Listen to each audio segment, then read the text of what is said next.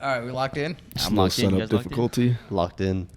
All right, dude. What's it been like 2-3 weeks since our last one? Oh, 3 long. weeks. Is it? Sure. Is it 3? Yeah, it's been 3 weeks. That's kind of crazy. Yeah, I know. We're consistent with that shit for a minute. We did it for like a month and a half. Yeah. Yeah, back to back every week. What there was that 1 week we just missed it just due to like family stuff, traveling, right? The traveling. It's And that then- little New Year's span. And then the it's all holidays good. and stuff, right? Yeah. But yeah. I mean, you guys want to kind of highlight and go over that as far as like how our holidays were, or you guys do anything? Shit, this was probably like honestly one of the For saddest being years of honest. holidays. Nah, I feel that. If you're being honest, Yeah. Yeah, straight up. I worked on Christmas. Yeah, me too. Yeah, I was there. Yeah. You were there too, Kyle? No. Yo, you weren't. I wish I was working on Christmas. I'm not gonna lie. Really? Yeah, it's better than being home alone. Yeah. Oh, so you were by yourself? I mean, it was me, Ethan, and Justin just at home. Oh, okay. Because our plans for the holidays fell through, so we just had to end. What were you guys gonna do originally? So originally we were supposed to go to. It was either a decision between Florida and California, and this was supposed to be planned like a month prior. Yeah. And with us, we kind of just do everything last fucking minute because we're all procrastinators. I feel that. Literally the week before Christmas, I looked at plane tickets for Florida, just way too expensive, so it just wasn't even really realistic to go. Mm-hmm. And then our plans for California to go see our mom's side of the family, we were kind of just debating it for a few days. We didn't really know if we wanted to go or not, just because it would have been like a very short trip, and we didn't know if it was worth it. You was like, do I want to make that drive? Type Yeah, shit? pretty much. But it wasn't that simple, but yeah, we can go with that. Yeah. I mean, I was trying to What was, explain like, the reasoning rest then? of it. Do you want to talk about it or no? It's more so just like the fact that the way that we try to work on things as far as like spontaneity goes. Spontaneity. Yeah, whatever. However way you say that word, as far as that goes, that doesn't really work so well with everybody else. So that kind of caused things to not work out. I think that's unfortunate because I think that in a lot of ways people work that way, but sometimes other people don't relate, and it just didn't work out that way. Okay, now I feel that. What about you, Dream? You were working too, right? Yeah, I worked on Christmas. But Did you work Christmas Eve too? I worked Christmas Eve, Christmas Day. Yeah, I was there. And then, but the 26th, I went to San Diego. Okay. How was that? It was cool. I saw my mom's dad, so my grandpa Rob, the old white dude, super cool, military status, Marine. What's your dynamic with him? Because I know like you're kind of like a free flow guy, kind of have like fun shit. Is he very strict with you, or no, not really? With who? With you. About who? Your grandpa, the military guy. Nah, he was never strict with me. Oh, okay. Growing up, he called me Quasimodo. I didn't realize. Quasimodo. I didn't even know what that meant. That look, he brings back some memories. I like my dad used to say shit like that. You know the Hunchback of Notre Dame, Ethan? I mean, no, not really. You don't know what that is? I mean, I've heard of that, It's but an no. old Disney Like movie. the show, yeah, it's the a movie. It's a short hunchback dude that gets, Oh, he like- get bitches though. He did get Oh, he bitches. kinda He did get bitches. So he's calling you that based off of the visual Yeah, I was short opinion or I interpretation. was short growing up all throughout life. And Yeah. I just always remember like that was his nickname. He's like, "What's up, Quasimodo?" And I thought, growing up, I thought it was like, "Oh, you're fast as fuck. Like you're crazy." I mean, I thought it was a term for something as well, so I didn't know it was an actual character. Yeah, it's basically just a character that's short, and he's like, That's true. but like as a kid, like everyone's short or shorter than they are as an adult. So Yeah. anyways, not strict, and he lives in Kansas, so I rarely see him. So he comes, he was in the military, so he did San Diego. That's where he like was stationed and stuff, and then they moved to Barstow, and that's like where my mom was raised. My mom was kind of back and forth between San Diego. My mom's story is a whole other story. But yeah, I rarely see him every year. Yeah. And so we went on a hunting trip before COVID. That was like me, my dad, my grandpa, and his brothers and friends, old dudes. Super cool. I like hanging out with them, but like I'm not a big hunter. I'm not big on like killing animals. Nah, I feel that. Yeah. And it was fucking cold. It was cool, like dudes being dudes. Mm-hmm. But also like just their mentality is so old school. Like no filter. Like racist? Not so much racist. Like they're not racist, but like in their time was racist. So like just naturally like their jokes are just naturally kind of like. I mean, yeah, for sure.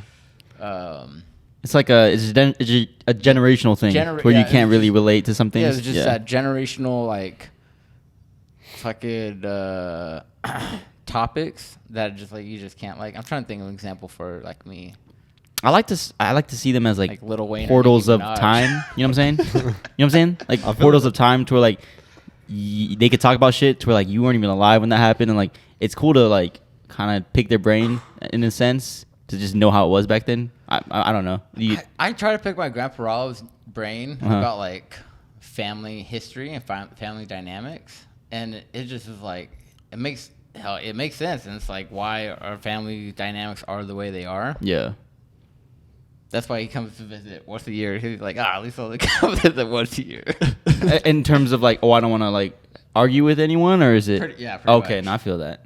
Because my grandpa Rob and my mom's parents separated. Yeah. So,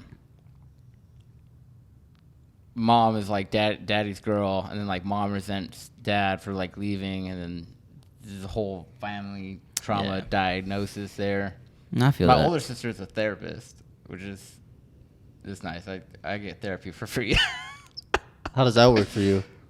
I call my sister and be like, "Yo, what's up?" Well, I'm saying like, do you? She's like, all right, Jeremy, that's gonna be $50. What is your guys' thoughts on therapists? Do you guys think that to become a therapist, you have to have your own mental problems to be able to become a therapist? So my sister actually, like I feel like a lot of therapists are just as fucked up as we are. Yeah. Or as somebody that wants to assume they're fucked up, not to assume. Or bias in a sense, not right? to assume just the way they approach your guys' situations. status or not, but like, yeah. But I feel like maybe that's kind of a good thing. I'm not hating on that. It's just a curious question. in my opinion, I feel everyone has problems in their own perspective, like one way, which way, or whatever, whether it be family, status, looks, something. And I don't know why it's human nature to feel like there's something wrong with this, or like ego gets in the way. But like pretty girls, I'm too skinny, or I don't have big tits, or like people are like, my family's poor. Like I wish I was like had all these things. Or Everybody finds a problem. Yeah, with something, which it is natural, but like to overcome that and see that there are solutions and like ways to go about it, and just perspective to look at like what you are thankful for, or gratitude. Yeah. What you're grateful. Like I got food in the fridge. I got a roof over my head. Like the little things. Like I have both my arms. I have all my fingers. Like people. I mean, yeah, when you get down to like the core things to be grateful, if I feel like most of the time, if it's not something obviously that you have going wrong with you, then you probably got a lot of reasons to be grateful for. True. I'm sure that there's definitely a good amount of people that have things that might not be so like surface level to be able to see, and it might still be just as bad or if not worse. But I think obviously a lot of people, as far as things go, it is kind of basic. And if you're looking at me and you don't see something wrong with me, a good like 90% of the time, it's probably like you're probably just being a bitch about a lot of things, like, to be honest. And it's okay to be a bitch, but like. Now, what you mean by like don't be a bitch? Like, can you give me an example? One, and then two is like, do you mean like man up? Like. I mean, being a bitch about things is like complaining. maybe like thinking about the way that you look and not being okay with that. That obviously can go to different extents, because there can be people with disabilities that might feel stronger too, or you could think that you're one of those people even if you're not. So that's fair, but like that, like breakups, like financial situations, like all those things, and that's not to like invalidate your feelings that you have about those, and like I'm definitely not great at dealing with them either. I'm definitely I guess what you could say is, I want to say bitch, but I hate using that word, but like I guess you can a victim or a person experiencing. I think we all victimize ourselves, which is probably a better word. It's kind of like and we go through random stupid shit in the U.S. where it's like it's not really a problem in a sense. Yeah. And like I'll hear stories from like my grandparents. So my dad's side of the family, grandparents from Vietnam, going through the Vietnam War as the war's going on. Yeah. My grandpa is actually he was a very wealthy man there. He was very powerful. And so he was able to get his drivers, hey, go pick up my kid from school. I'm taking the helicopter to go grab my son. And he's doing all this, calls all his contacts with the military because he's a Green Beret. Yeah. Hey, I need to get out of here. He took his helicopter, got them all on an aircraft carrier, picked a spot. They went to Seattle. They don't allow him to keep his education. He has $100 to his name. Starts out over from scratch. Yeah. It's like something like that. I'm like, damn. That's like some real life shit. And there's fucking bombs going off and shit. And like the U.S. is leaving. So there's that. And my mom's side of the family, it's like they were going through the Khmer Rouge. So that's like the Cambodian genocide. Yeah. On a percentage basis, that was like a higher percentage than the Holocaust in terms of like how many people of their own citizens were like massacred. And she was going through that. And her family was going through that. My grandpa got like a gun pointed at his head because he's not like, if you're not pure Cambodian, you're not 100%, you're mixed with something, boom, you're dead. Yeah. Doctor, boom, you're dead. Educated people, boom, you're dead. Hollywood, boom, you're dead. Anyone that had money, dead. Only kept like farmers and stuff. So like they went through that and they escaped through Thailand and kind of and then they ended up in Baltimore when they were through the refugee program. And they couldn't even go outside in Baltimore because it was fucking crazy out there too. And then when they settled in Seattle, it's like boom, they start over from scratch. And those are the things that they struggled with. And then versus was like, if I have a problem, like I just feel like a little bit invalidated because I'm like, bro, like what the fuck am I going through? Like some random shit, like oh, this girl didn't like me, or oh, homework, or soccer. It's like those are such like weak kind of like problems to go through. But I mean, at the end of the day, like that's the environment we grew up around. So it's like those are kind of problems we see, but we didn't get to see that type of shit, like the outside of the other world, you know? Yeah. So I get what you're saying, like being oh, I don't want to be a bitch, like oh, that it's just like light work. Yeah, like that's kind of what I was trying to get. Like, in respect to everybody that went through that, that's obviously a huge thing, and it obviously has a lot more like not necessarily power, but more like it's a lot stronger feeling to them than even you just talking about it right now. Right. So definitely respect to that 100%. But that's kind of what I'm getting at. Like it's like there's a lot of people in this world that have gone through that and are going through things like kind of like similar in the realm of like the severity of that. And I'm over here today like, am I going to make it to this podcast? Do I think I can mentally handle this? And it's like like you're just being a bitch like that. Right.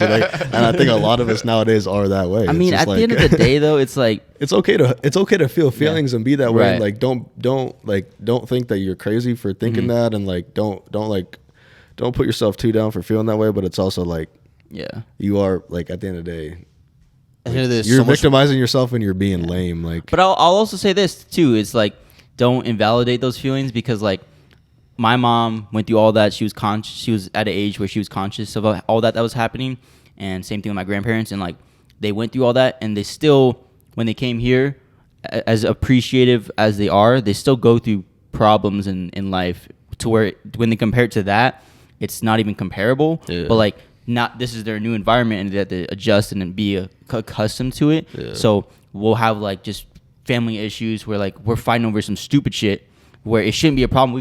They've done all of this to get us here. So like the generational gap where we didn't go through that, they did, and it's kind of like, oh, but like there's still problems that they go through in like a problem here in the States that's a problem versus over there that was never even an issue because they kind of didn't have to kind of be adjusted to like the way of how society is now here in the States or in like other first world countries, you know? Well, on that note, I got two things. I'm gonna piggyback back to you. I was gonna ask about like if your parents grew up with them while they were traveling. But let me pause on that real quick. Back to you. Before the whole be a bitch thing, and you're asking if the therapists have problems. Oh yeah, that's right. Forgot about that. They do because my sister was telling me like everyone gets into something that they're interested in to like try to fix their own problem. And my sister mentions that her therapy clinic, they go through their own staff meetings of like mental check, like therapy for the therapist. Making sure that because not only like they're dealing with their own like my sister's single mom, she got bills and this that and then she got to listen to like she deals with like teenagers and kids and like parents. Like she focuses on teenagers. So she had like 12, 15 kids, all with their own, like, my mom doesn't love me, or like this, like I'm getting bullied at school. And so she deals with all those problems on top of her problems. So yeah, like the therapist, I think someone who had a lot of trauma would want to like fix their own problems. And so they'll learn the tactics through therapy. And then once they learn that they want to like teach others that it's okay to not be okay. Yeah. Because I'd agree with you where it's like, as a therapist, you'd want someone that can understand what you're going through and like how to approach it, right? Understand like pain and right, like whatever. And if they didn't ever go through that, then like how would they even relate to you or like kind of approach your problem if they didn't go through themselves, right? That's why I support that. As much as it is sad to support someone's mental downfall, but I've had I've had like 8 therapists, and like I had 2 or 3 as a kid. For like some family stuff, like, and I went to them like once or twice, and then I had one in college who like kind of helped me out, and I just did it because I was going through like a breakup in college, and some other shit, but and then like not later down to life, it was another like fucking relationship thing, like couples therapy. And then, like, went through, like, 3 of those. I'm like, why the fuck what my therapist is like, are you guys married? I'm dressed like a therapist right now. I know, right? I got the glasses, the sweater on. And then when I went to my own solo, like, I went through, like, 3. Like, I like, argued with one of my therapists. I was like, what the fuck? Because, like, she called me out for, like, something my partner said. I'm like, you didn't even hear my side of the story yet. That's crazy. You're taking that's crazy. Full, like, picture of the situation. Right. You got to sit down and write some notes on that shit, bitch, before you start saying stuff to me. Right? Therapy was it a girl therapist? It was. I mean, girls stick together. I don't have any hate on that at all. I think honestly, a girl therapist is probably going to possibly be a pretty good therapist. I mean, it depends what route you're trying to go. But I think as far as like couples therapy goes, I think that no matter what, just naturally, like, I mean, this obviously is not like a concrete like fact, but I think at the same time you got to know that like more than likely a girl therapist is probably going to side with the girl in the situation in a lot of things because they just naturally lean to the same thoughts of that. I've had too. This was just a bad therapist. So like, and it was through like a texting therapy thing. It was like cheap, so like it was. Yeah. So, but then we had another couple therapist who was a girl, and she was older, and she just had a different perspective. And she called her out on things, and she called me out on things. And she was good. And I liked her. And then she ended up being my therapist, like by myself, and worked with her for a while. And then my insurance stopped. Something happened where I was like, it costed more, so I was like, fuck that. Right. What was like a standard fee for like going to your therapy? At the time it was like California Silver, so like I paid $26 a month or something like that, and it was like California welfare. And that would cover all of your sessions. Yes. Well, if you're paying by session, it's usually like 80 to 120. I think that's like 200, the standard. like 150 to 200. I'm thinking like obviously depending on how much experience that. Because after my insurance on the higher end. Stop. It was I had like a session or two, and it was like 150 for like $200 for like an hour, right?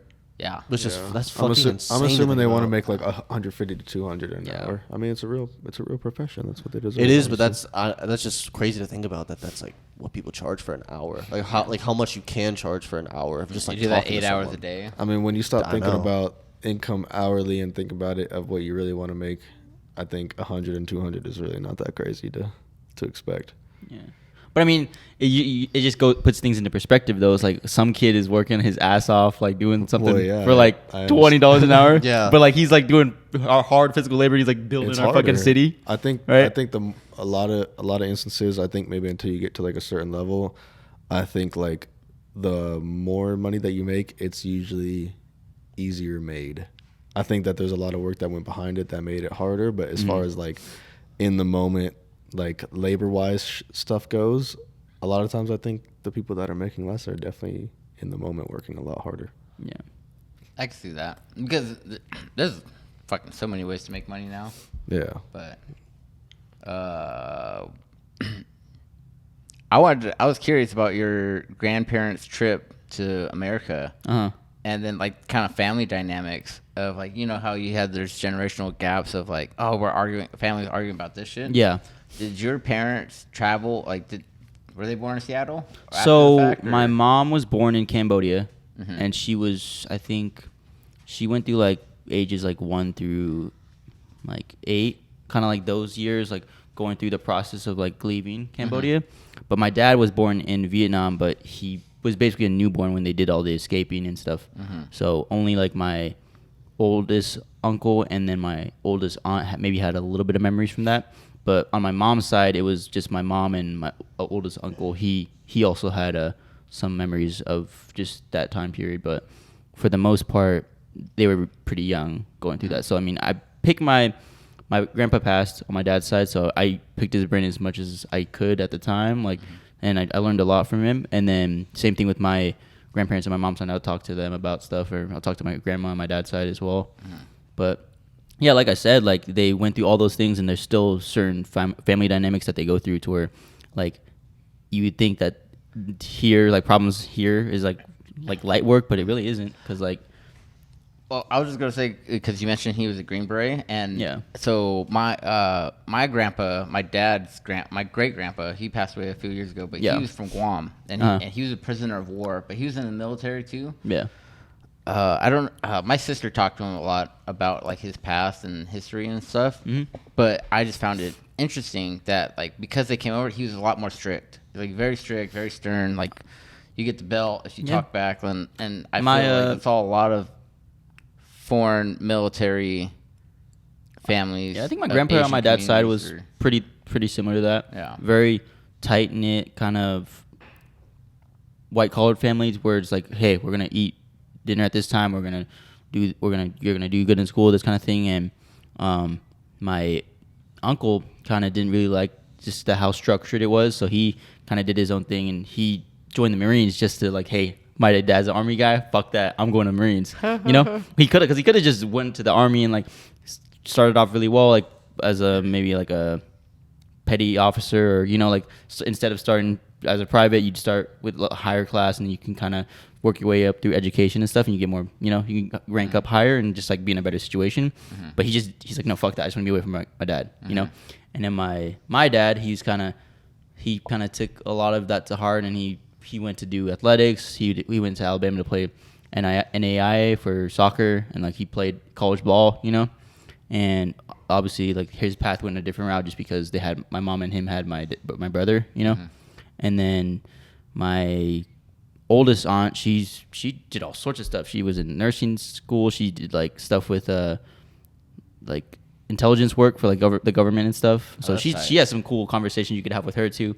And then my other aunt, she kind of went different routes as well, as far as like she moved away to like the East Coast, and then my oldest aunt, she moved away to like Utah, and my dad kind of was in Seattle for a bit, and then he moved here to Vegas, and then I think my Uncle John, he's the only one that stayed up in Seattle, you know. So it's kind of it's very different from my mom's side of the family, where they pretty much stayed all together. Like none of them left Washington, versus like my dad's side of the family, they moved all sorts of, they had to get away from each other. Yeah. You know, so, but, and it's just funny the way that they were raised. Cause like, I think, my mom's side of the family, they were still really raised very family oriented, but like, I guess you can say some things were a little loose structured, but they were just also like, in terms of like their childhood, they were working like young ages. Like, you know how it is, like you got like the 7 to 9-year-old running the concession stand or something. Yeah. It's like they were kind of doing that. They were waking up like 5 or 6 a.m. doing like farming and stuff. Like they'd go out to the farms and like pick strawberries and stuff before school. Then you come home from school, and then you don't really get to do any of the like the club activities and stuff. So like they were doing that, but for the most part, they pretty much all stuck together and like stayed in the same state. But at the same time, since they're close in vicinity, there will be times where like an argument goes crazy, and like since it's so passionate because everyone's loves each other so much, it sometimes can get bad. Versus over there, they just diffuse the situation with like being apart from each other, you know. So I mean, I don't know which way is the right way to go about like solving that issue, because like they're both in a way not solving certain issues, they're just kind of avoiding them. But I mean, I do like how tight knit and close my mom's side of the family is, because like my cousins are like siblings to me on my mom's side, because we pretty much like always were around each other. Versus like my dad's side of the family, the only one I'm super close with is my cousin JJ, and just it's just because like one, he's just such a fucking cool kid, but it's also just like he's in vicinity wise how close he is to me. He's also just like more accessible than say like my cousin Christian. He's like all the way like in Georgia, and the funny thing is too is my cousin, she's the oldest on my dad's side. She lives here in Vegas, but I mean, we don't really see her too often. We'll see her sometimes, but she's kind of just doing her own thing, you know. But I just think that my mom's side of the family has kind of just done a better job of keeping everyone like together. You know what I'm saying? So I think that, I don't know. You could kind of approach each way of how you deal with the family dynamics in their own way, like, you know, versus like staying together versus like moving apart. Because I don't know. I think moving apart does have advantages, because like my brother, when he moved to Seattle, when we next time we saw each other, like we were closer than ever, because just we had our space of like living time apart, you know. So I think it's a good thing in some cases. That was a fucking family history lesson. I did want to wrap that shit up, but like Holy fuck. but he asked me the question. I'm like, I gotta I'm explain. not even gonna lie, bro. I lost track so long ago. No, I feel that. I don't even know what the That's original why I question low-key didn't was. even want to go into the family thing. I mean, to be honest, stay though, stay on track with like the other stuff. to be honest, though, I think it's good. And obviously, there's Yeah. like a lot of things that you said that were your thoughts on those things, and why you're expressing them was obviously influenced by the things that we were already talking about. Yeah. Because I feel like there's some thoughts of the not being so like scary behind what you were saying. I think him mentioning couples therapy and you talking about even just family like things, I think a lot of those things kind of relate to what we were talking about. So. Yeah, Yeah. ultimately, like how to solve issues or how your family like reacts to issues. And my main thing, what I was getting at, was generational gap trauma of families moving and then their kids like reacting to those strict military like gratefulness of like, oh, we're here now, but they've paved the path by like going down these like traumatic ways. Yeah. And yeah, kind of like how you deal with it. Because my family, I like with me, like I didn't want to deal with my family, so I fucking, as soon as I graduated high school, I went far as to college as possible. Yeah. Still in California. But because I could have gone to Virginia. I almost went to Virginia for school, that art school. Fucking Virginia. Shit. Anyways. I think it was honestly just some good content to go behind, like what we were talking about, like a good like real life example. Yeah. Obviously, it was extended, but I think it was good, and I appreciated it. Okay. And we were talking about a little bit about like the holidays and stuff before. I wanted to kind of roll into just kind of the new year and just how everyone's experience has been. We're what, a week in to like the new year? Right about that time. Going I think to a like little a week and over. a half. Yeah. Right? It's like how's it been so far? As far as like How was things your you New kind Year's? Was it of better things you than- wanted to plan, like as far as what you want to do going into the new year. Like, have you guys been doing well and staying disciplined to it, or not really? I mean, I've been sick to start the new year, so I haven't even got to I like really, feel that shit. It's been fucking rough. Yeah, I feel like I haven't even got to like experience Right. like anything, I guess. But to be honest with you, like, I don't know. I've been thinking about the new year, and there's a lot of people that keep saying where it's like even though it is a new year, I feel like it still feels like the same. Like, I feel like that's not a reason to like hit a reset. Like, I don't know. I feel like people use the excuse of like a new year to like have like this weird reset on their life, which is fine. Like, I support that, and to be honest with you, I kind of follow it to an extent. But like, I feel like as I'm getting older, it's kind of just like I don't feel like that old version of me is still erased. Like, I feel like a lot of people get lost in translation when it comes to that. That when the new year comes, that old person in fucking 2023 is just like completely gone. Like, you're just like a new slate, new person. And I mean, I don't know. I don't really believe that, because a lot of the shit that I faced in 2023, like I kind of got over it, but I'm also still like dealing with the same shit. I think some people just like to kind of deal with life in brackets. It's kind of like your football. It's like 4 quarters. Like, I got to get through 4 quarters, 1 quarter at a time, versus like dealing it all with like and just Like, one. like the thing I was gonna say is like Yeah. living. Like, I feel like my answer to your question would be is like I feel like I'm more so like living linear, and a lot of people, like you said, are living in like cycles. Yeah. And I think that has its benefits, but I also think that the reality of life is it is pretty just linear, and you're living in a line. You're living in a straight. I think, you're living in a straight line, and obviously there's like the ups and downs between it. But like no matter what, as far as time is like it's going forward. Life goes on. It's going this way. So like you're living linear. So like I think the idea of like the whole like New Year's, new me type thing or whatever is like a little bit. I think it's good as far as motivation wise if people can take it that way, but I think it's also like not super realistic. I think it can cause people to. Sure. I think like I'm on the same wavelength to where like I want to just keep going into this new year, continuing on like the principles and like the goals I set out for 2023, and I've been on a good path to where like, hey, I wanted to focus on my financials. I did a good job on that this past year. I wanted to work on my fitness. I did a good job of that this year, and I was staying very consistent to it. And just being sick kind of put me like back. But and then as far as like creating content and pursuing like a career outside of just work, we've been doing the podcast and we've been consistent with that, and I want to keep doing that, and I want to keep doing that with other avenues of the content, with like the gaming and like filming like content out and on the street and stuff. So. I think that just living linear and not really like kind of treating it like, oh, it's a new year, it's a new career, it's a new me. I don't agree with that as well, but I do want to like just kind of touch on things of like what are some things that maybe you didn't really get to accomplish last year to where you want to kind of do that now and focus on it now that we got a whole year ahead of us, because at the end of the day it's like life is going on, and like we can use the time we have or we just don't use it at all. You know?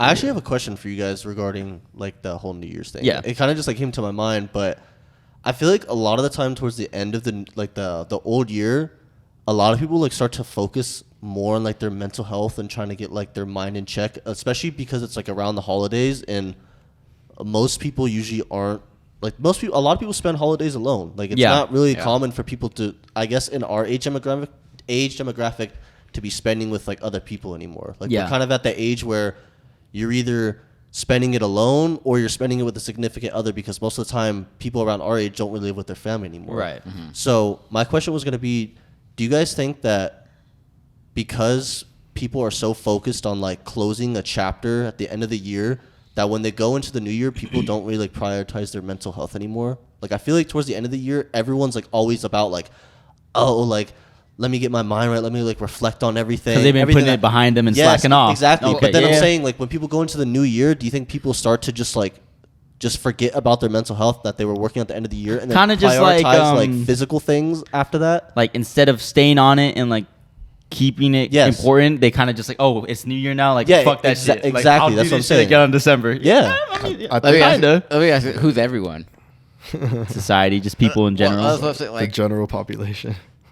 Is it the general population? I mean, it could just be the people that you're seeing. Well, First world population kind of. It probably is the people that I'm seeing, because there's definitely a lot of people that probably don't do that. But I think like I said, is it like general like social media? Social media for sure. I feel like. I think just like I said, I think a big problem is people are looking at things of like cycling. So it's like for your instance of kind of what you're thinking is like, it's basically like people are doing this the whole time, and then towards the end of the year, it's like, all right, it's time to just give up because we're about to have a new year and just be able to restart type thing. And I think like that's kind of what I think is wrong with like the non-linear thinking and like just thinking like cycle wise. And I guess the way that like I feel like you can like midway support it is like, I think you should just kind of think of things as like checkpointing, like, you know what I mean? Like it's like it's like I understand that it is a new year and like we're all human and we're gonna think that way, but it's like instead of thinking of it like how you're saying, like people might toxically be being that way, so maybe the solution to that is like stop thinking of it as cycling.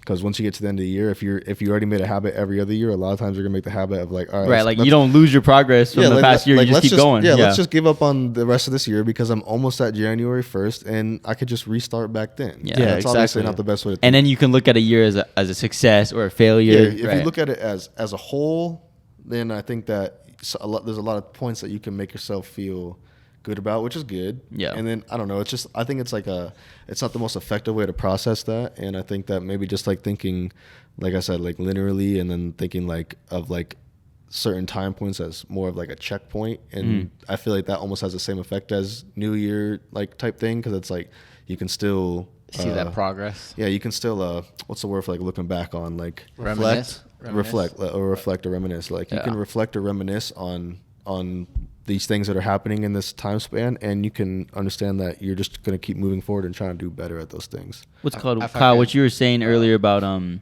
of how people like really start like caring about their mental health and stuff, just and how their overall well-being is at the end of the year.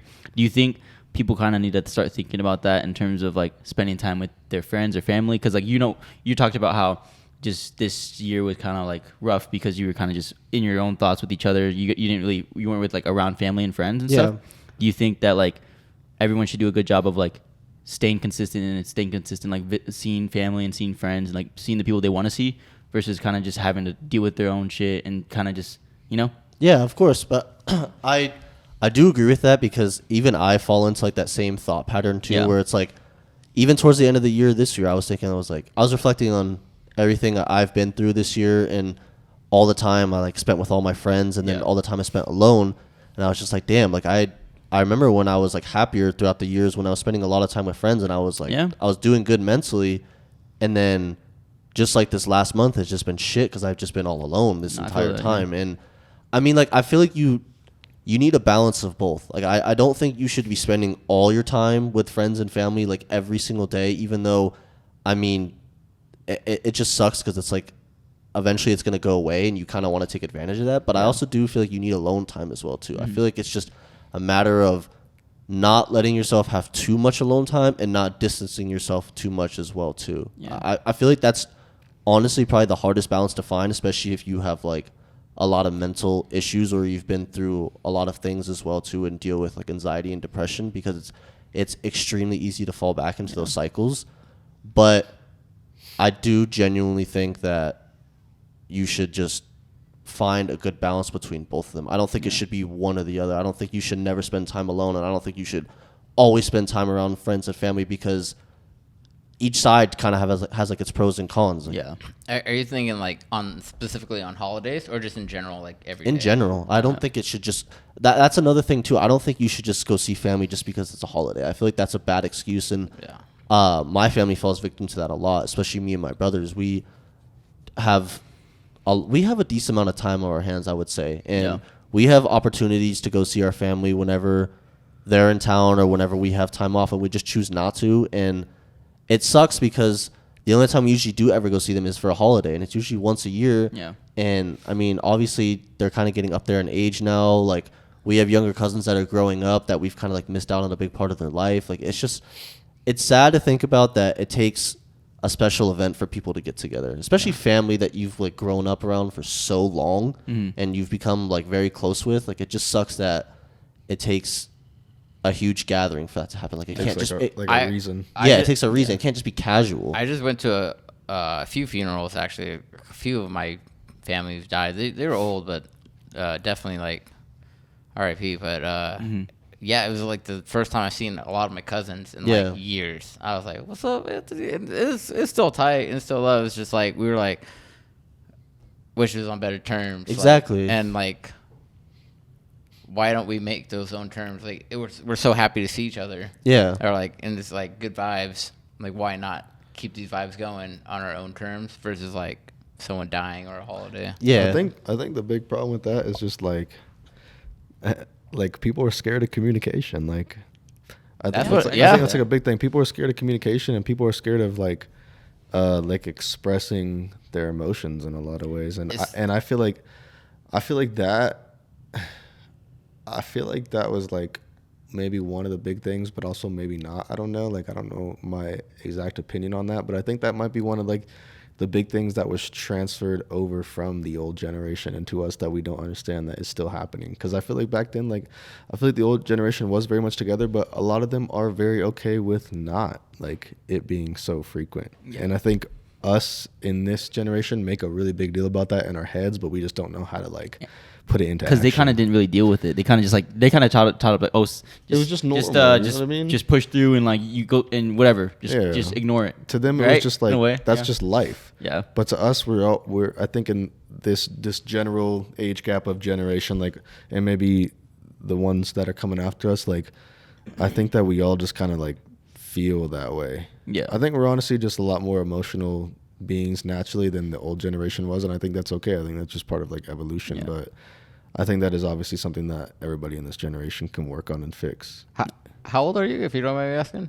25. Okay. Me and him are twins. Yeah, me and Kyle are twins. I don't know how old you are either. I've literally told you like 3 times. I don't know how you are. I thought you're Justin's 2 years younger? 23, yeah. Okay. I know you're a little bit older, but I honestly don't think that that's much of a difference in the range that it's in. Because I was thinking of range from like our probably I give like I'll say like 22-year-olds. Yeah, I want to say 22, 23 to like maybe like 32, 20, 33. 10 years. Yeah, 22, 32. Yeah, no, maybe obviously, like 30. If we're talking 31. more specific situations, I'm sure as far as like advice goes and like life situations goes, obviously people that are in their 30s or plus have a lot more experience, so they can help in that. But as far as like a general consensus has to go with like our flaws and the way that a lot of us act just naturally, I think it's pretty relatable in that age gap. Like even like I agree. Even like a lot of politics wise and like equality vibes and just things like that. Like we all kind of have a general agreement in things, except for people that are like, there's some people that are really far left or far whatever way. I'm not even talking politically. I'm just talking about like just like principles, positionally, and like those people are like the kind of like outliers, and they're obviously gonna like feed in until things become a certain way. But I think we're all kind of generally at a mutual understanding. Yeah, we're all like a relative consensus, and I think we can all kind of get that. Because I just wanted to ask that because like my brother was in town, so like I did grab lunch before my shift started, and just kind of had like a Christmas lunch-ish kind of celebration before I headed off to New Year's Eve and Christmas Eve and Christmas dinner, just because I was working those days, and it was helpful for me just because like I'm sick. I don't have the energy to be doing this, but like we have like the most covers of the year almost, and like I'm running around doing this shit, and I mean I got through it and it's fine, right? I made decent money and I worked during the holidays. It's not the first time I've done it before, right? Mm-hmm. But at least I had something to kind of like do, like kind of lean back onto like before the shift. So, and then when I think back to like when I would celebrate Christmases in Seattle, like those felt like Christmas because like I have like 13 cousins and like all my family's around going on, like, and there's snow out on the ground and we're opening presents, and like just when you're present in the moment with that energy, it's a lot different than like even when my brother was in town and like I had that little dinner with like just immediate family, and like it was still like, oh, I mean, this is really good to have. We haven't had this in a while, but shit, I do miss that, you know? Yeah. But I mean, I will say 2023, I did see my family in Seattle a decent amount. You know how I was like traveling like for the graduation and like the wedding, so like I saw them a good amount, so like I was glad I did. But do you think nowadays it's like, now that we're getting older, it's kind of like, do we have the time, but like also the resources to go out and fly and visit people, because some people don't live here anymore, or they go East Coast or far up in the North Pacific, you know? So like, do you think that's kind of just like we just need to save some money and like actually like put money and time into that, to where like it is important to where we prioritize like visiting family and friends and stuff? I mean, the reality of it is just it's just kind of how the world is today, as far as just like inflation and all that shit. But it's just in terms of like inflation's gonna happen, rent's gonna happen, but like fuck it, we still have to make a priority for it in a sense, is what I'm saying. Right? That's what it boils down to, is like, is family time a priority to you? Mm-hmm. And is it more important than your own, it's kind of selfish saying this, but is family more important than your own goals? Or like, is family part of your goals? Yeah. Or do you want to start your own family? Mm-hmm. And some people, they don't have a big family. Some people have a huge family. Like I have a lot of cousins. Yeah. I have 2 sisters, and so immediate family small, extended family really big, and you got your mom's side, you got your dad's side, and there you go. Jeez. Good old Stilo. Scared the shit out of me.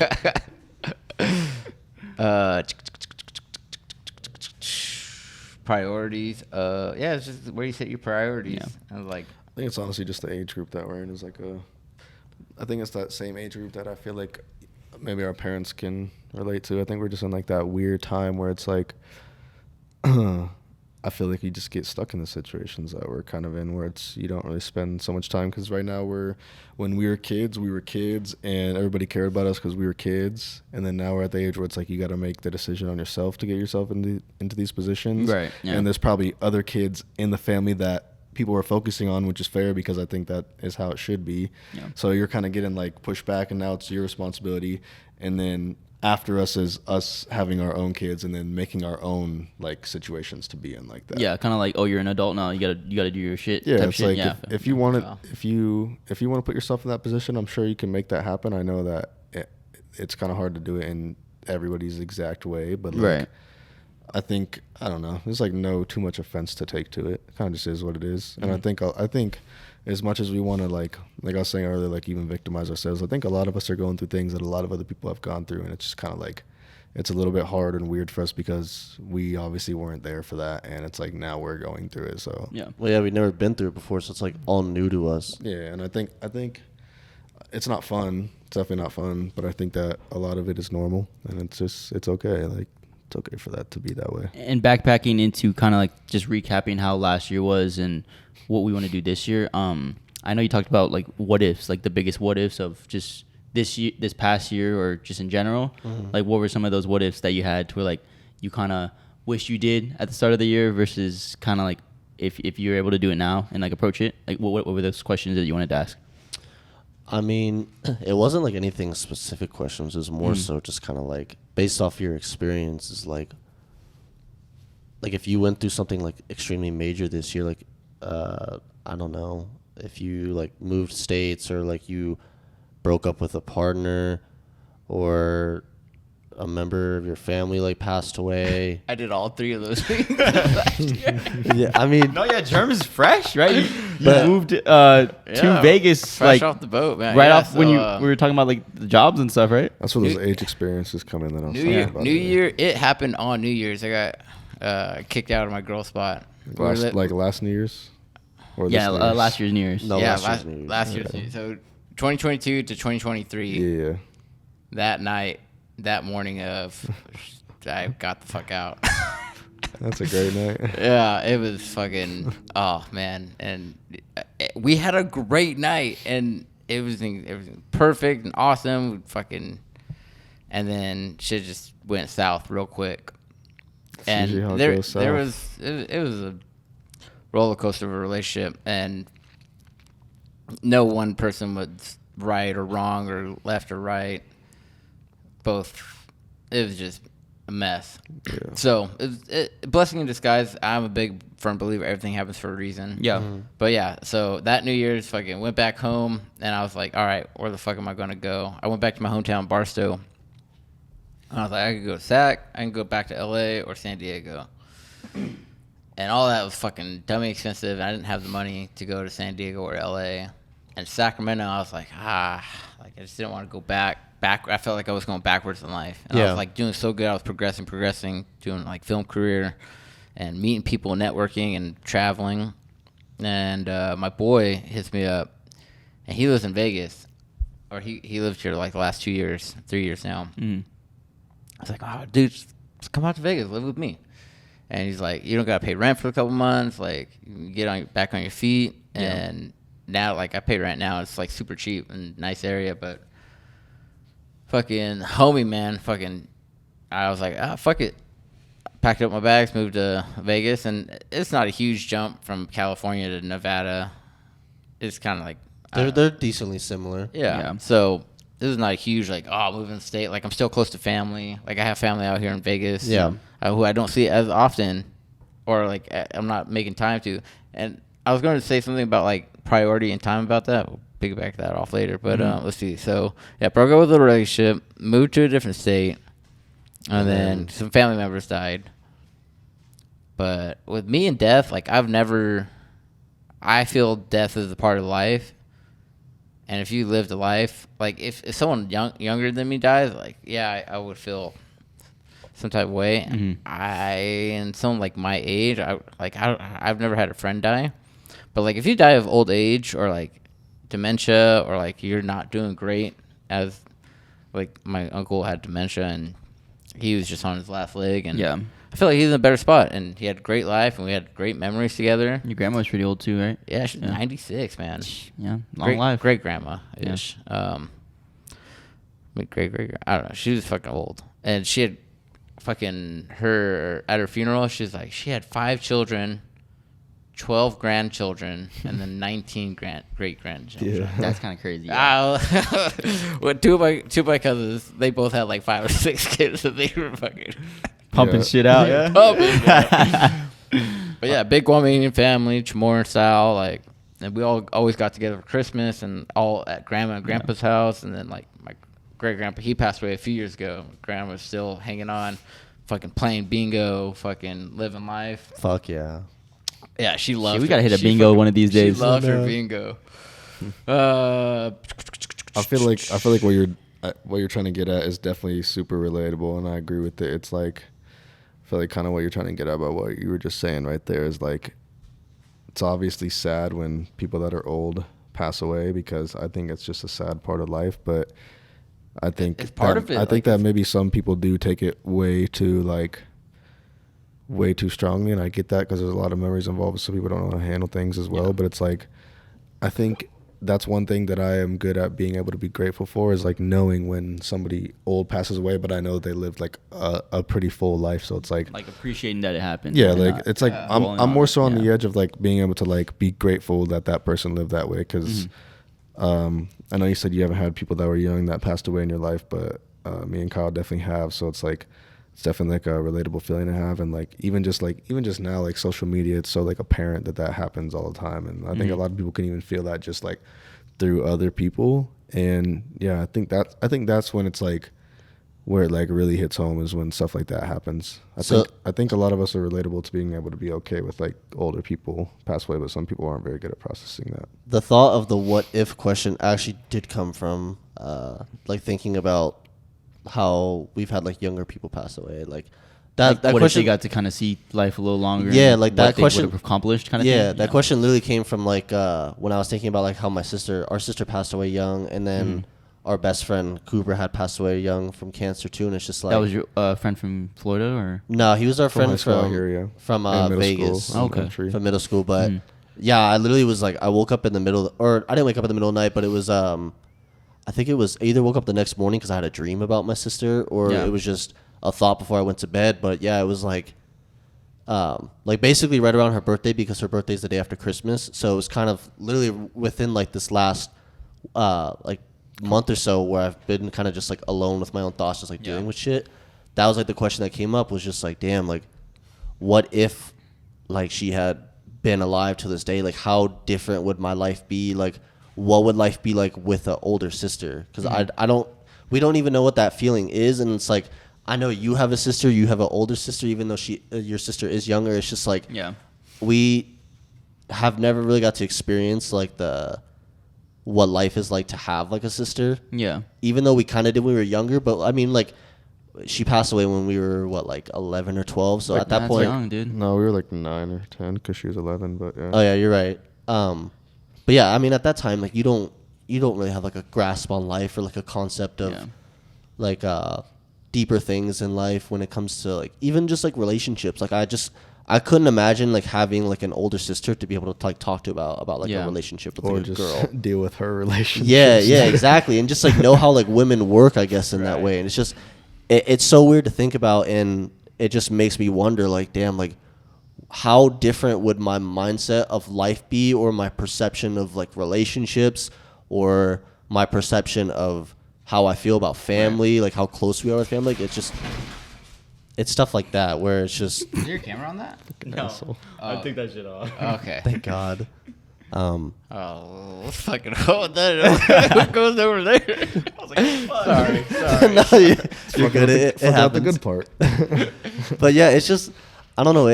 It kind of creeps me out sometimes to think about that, because it's diving into the unknown, and it's like it's very philosophical and very just butterfly effect-ish, and I'm very into that, because like how Jerm was saying earlier, I believe everything happens for a reason.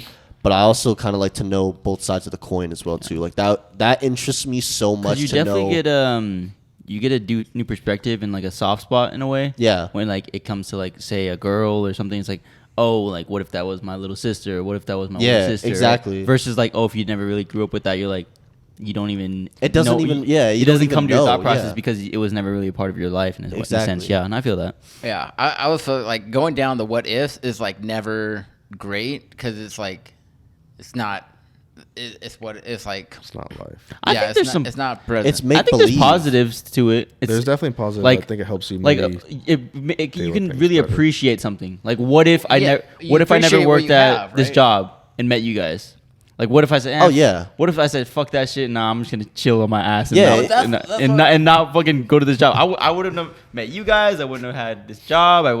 I wouldn't have gone through the experiences I went through this year. Yeah. A lot of them it would be a different course of action. Isn't right? it so weird to think about that? Like one simple decision can like completely alter your life in just such a drastic way. It can Oh, for sure. It can alter like Yeah.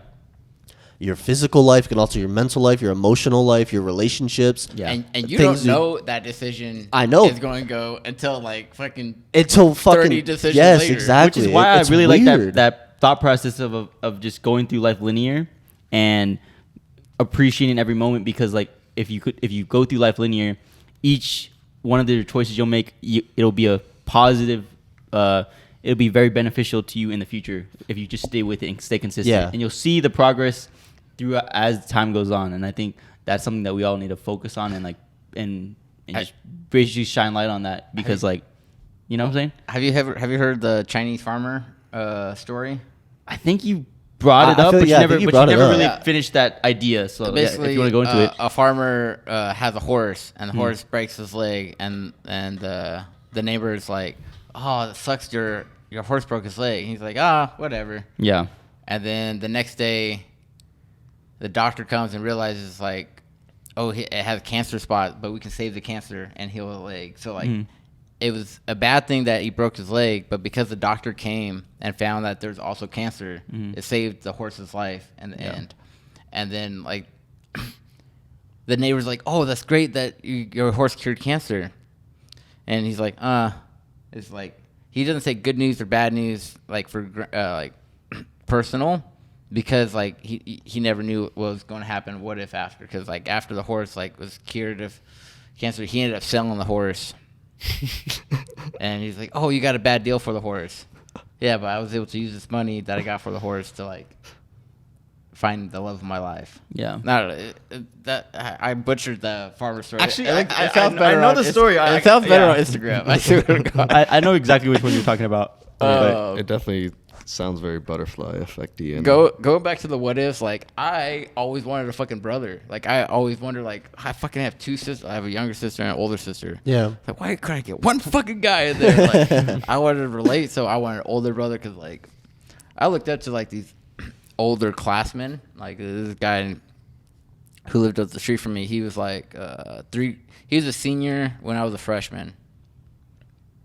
And like he had pulled all the bitches. He was a womanizer. He was fucking Mac Miller, like but Barstow version. Barstow version. And I was like, fuck, dude gets all the bitches. Like, what the fuck? How do I be like this guy? And so like I was like put underneath his wing. But fucking that path didn't work out for me as the way it did, because you know he was kind of thuggish and there was like gangs and like it was down that path, but then he moved to Iowa and like changed his life. What I was getting at? Oh, I wanted a brother, and so like I looked for him, but like I was like having a sister as a relationship. I always try to hit on her friends, but like I don't know, we just weren't tight, and like because we were all 4 years apart, so it was like just far enough to like be distant, but close enough to like still like interact. Yeah, no, I know what you mean. Like as far as like being able to talk, like when my sister was like 12, but my older sister was, we're all 4. I was 16 and my older sister was 20. So like I could like go to like she went to college. She went to UC Santa Barbara, and like I went with her on her first trip, and I was like a freshman in high school. I thought it was so fucking cool, but like I could relate to like partying this and that with my oldest, but like my little sister, we were fucking like Super far apart. no context of like No, like how do common ground, I guess. There you go. Because like you're at a headspace maturity wise where like you feel like they can't relate to you. Yeah. But you're also not looking at it from their perspective of like, oh, I was a kid at that time once too, right? And basically like you wanted them to kind of catch up to you in a sense, kind of how you were able to like how you're catching up to your older sister, right? Okay, yeah. And then my little sister, we all finally caught up, and then I'm just like, oh, I don't know. I wish the most for my little sister. Mm-hmm. I feel like she's just held back in life. I feel like she's stuck in my mom's shadow. Do you ever take blame for that, or do you like blame yourself for that, or no? I feel like my mom blames me. She's like, call your sister more often. She's like, say you love her. You know? Stuck in your mom's shadow, is that like a place that people kind of like pinned on her, or is that something to where like she kind of chased that? I feel like she just feels comfortable and she has the most fun. I feel like she's just most comfortable like being okay. Like what I mean by like following my mom's shadow is like she was like she's a substitute teacher, and she's working on getting different jobs, but like she always follows like my mom's opinion. Right. She's like, my mom suggests something, she's like, she'll follow that. Versus like I'm like, oh, that's nice, but I'm gonna go this way. Like I always like choose my own path. Like she values her mom's perspective and her opinion a lot versus like say you or your other older sister. Yes. Yeah. Very much. Do you ever resent her for that, or my do you mom not? Or my little sister. I mean, no, I wasn't gonna say your mom. I was gonna say like your little sister. Do you feel resentment in a sense that she doesn't really like follow your advice maybe and kind of listens to your mom more? I don't want to say resentment. That's a good question. I feel like resentment is not the good word. It's a little too harsh. I feel like resentment's probably not the good word, but it's I wish the most for her. So like I feel like I've gotten to experience like so like when I went to college, I fucking did all the college shit. Her college experience was like she went to UNLV. Okay, yeah. And so every weekend she went back home, like she went to Disneyland with my parents. Like she felt more comfortable having more fun somewhere safe versus like taking risks. Maybe I'm just more of a risk taker, and I want everyone to take more risks to experience I mean, life. sometimes people don't necessarily think like the party stuff, the drinking, the smoking, to them that's not really fun. Like they'd rather go to Disneyland or do something like that. Right. And so this is great on her. I just feel like there's more that life has to offer. Like you can go to Disneyland with anyone. Yeah. I just feel like I don't know. maybe I'm just like, why did she take me to Disneyland? I was like, fuck it, I wanted to go to this place. Where are we going? We're going to Disneyland. I do want to go. We should go because I'm trying to hit the Star. I haven't been to the Star Wars. Shit, I'm down to go. Dude, hey, just a warning though. Every time I go to Disneyland, like someone falls in love with me. How many times have you got it? It's crazy. I've been like 3 times, maybe 4. I kissed the girl on you remember the Space Mountain story? Kissed her when we were going down Space Mountain, first kiss. You met her at Disneyland? No. We went to school together. That would be crazy. Okay. So you went to Disneyland together? No, like you saw her there, and like we were. You guys were on. So we're all like in the same school, but like if I wanted to, I could just fucking leave that group that I was with and just go hang out with people at my other school. Oh, it was like a senior trip. It was 8th grade. Oh, okay. It's a school trip. But, I mean, I also did my senior trip to Disneyland as well, and what's her name, Armadillo. I kissed her on a ride at Disneyland too, and we had a little romantic night and shit. Damn. And that night was so romantic. We like ended up like following through and like making that a summer thing. Ooh. A tradition. I probably shouldn't have like went through that, but it is. It's okay. What it is. That's what Disney will do to you, brother. So I'm just warning you. Like, there's gonna be no girl around, so it might be one of y'all. You know what I'm saying? Is it finally our time? Are you gonna pop the question? Hit you with that Space Mountain. The Space Mountain is gets on one knee at the top of the fucking drop. Sir, please sit down. You're gonna cause a hazard. Shut the fuck up, Kyle. Had the whole ride frozen. Literally. Oh shit. They were on the ride Frozen too. I mean, I don't think they. Actually, I think they do have. I don't know. They got attraction for. I was every just at fucking Disney story. World like literally like 2 months ago. So It's in Florida, right? And Yeah, that but- Is it better than Disneyland? I mean, Fuck to be yeah. honest, bro. Yeah? I feel like it is. I've just seen pictures. I don't ever remember being in Disneyland in California, so I don't really know. But Because I've never been to Disney World. it was cool though. It was sick. The Florida parks are bigger. That's why. Well, that's why it's Disney World, not land. But that's what I'm saying. That's why it's better. The world's bigger than land. The world's bigger. The whole world is bigger than one land. That's Some for lands sure. are pretty big, though. Yeah, but they're part of the world, brother. Alaska. That's part of the world, man. He's been to I was Alaska. just there recently. What too, if actually. what if Yeah. you're in a world that's bigger than our world, but you're on the land of that world? Then you're a fucking alien. I'm in my own world. What you talking about? Then you're a fucking alien, bro. What are you doing in Alaska? And apparently the aliens are in Miami right now, so Oh, I saw They really that are. I shit. saw was that like, shit. what the we could fuck is go going we go on? hitch a ride back to, Shit. to whatever land you're talking about right now. Whatever happened to Area Possibly. 51? That's just like right around the corner from us. Yeah, it's right down the street. Everyone, do you guys remember the Oh, people were gonna storm it. storm of that shit? No, they were- did. They did not do that shit. Well, They did people that people shit. thought about it, but it wasn't. They were gonna get fucking shot if they crossed that line. It wasn't a success. They said, obviously. "Hey, try that shit." I mean, they were gonna get shot obviously if there was hella people, but there's probably some people that tried, but there wasn't enough people for them to probably shoot people. They probably had their crew was probably big enough to just Because stop. people were Just, there, like, like stop 'em some talking more. to the news and shit, but they didn't Yeah. like do anything about it. But, Yeah, yeah. but I mean, what would that have accomplished? Really, So aliens in Alaska? No. aliens in Alaska? Not that I experienced. No, man. What was your experience like? It was cool. It was good. Alaska's a sick place. I definitely recommend. So what'd you go there going. for? We went there for a wedding. And Okay, then we that's just a like cool did some wedding. other stuff. We did some outdoor stuff. We went like jet skiing near the glaciers and stuff. So Are there? That's fucking dope. Are there It was indoors That's like a in Call of Duty Alaska? mission. it was super cool. Are they what? Indoors. Indoors? Because you were like, Indoors. What's we that did mean? out because you were like, Oh yeah, we like did outdoor oh yeah, shit. like I yeah, don't know what they're saying. yeah. Like I slept in a house and stuff. So They weren't just sleeping outside in the snow. I slept in a house. Huddle up like penguins. I ate inside a couple restaurants. You know, I think I went to a casino out there. I think that's where it was, a casino out there. So yeah, I was indoors too. Mhm. Alaska's dope though. I love watching like Alaska wildlife, Like fucking documentaries and stuff? documentaries. Yeah, Yeah, it's a sick looks place. so beautiful. There was like a time in my life I kept watching like a bunch of Coast Guard videos, and they were in Alaska, and Yeah.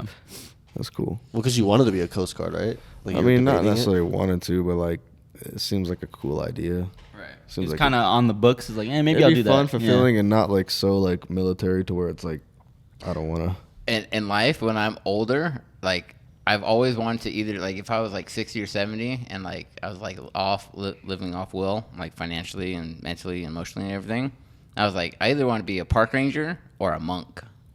I think A monk? I think a monk would Yeah, be a cool. monk would be pretty cool. dope.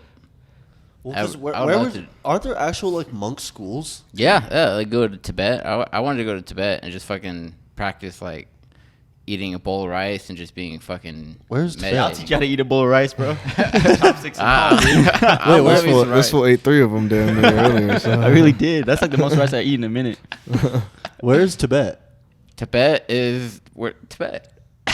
Yeah, it's like by Nepal and stuff. Yeah, like Where's the- Himalayan mountains, I think, right? Oh, Probably okay. around that area, that region, Where's that? like I don't know where like that is. India, Okay. like probably around that region. I'm pretty sure. Okay, I got Right? you. Tibet is it Yeah, Indonesia or east of something? China, west of India. east of China? So Asian. So, Right. so is it kind of near like Mongolia or like more Kazakhstan or what? near New Delhi? Is it close to India? Yes. Okay, yeah, So so- like it's India, Nepal, Borders. Tibet, China. Oh, okay. So yeah, there's like a region over there where like just China's fat though. just like monks in general, like that's a very big North of region where, like, Bangladesh. it's a very common practice and tradition. Yeah. I mean, you get that all over Asia, but Yeah, I mean, over there there- for sure, it's like spiritual I mean, enlightenment and yeah. stuff is you a can go really to Thailand, yeah. like fucking. I mean, they're just fucking monks. You can go to fucking L.A. Oh, there's gotta be. There's definitely gotta be some out there. That's for sure. But just to like, I didn't want to go to like a foreign country and just like practice. Like get like the solitude. full experience of it. Yeah, yeah. Kyle, I know we just brushed up like the what ifs kind of topic. Do you what were your other topics you kind of wanted to brush over? Did we ever? I'm down to start going did into we, like those topics in Jeremy's question as well. Yeah, but did we ever answer your first what if question?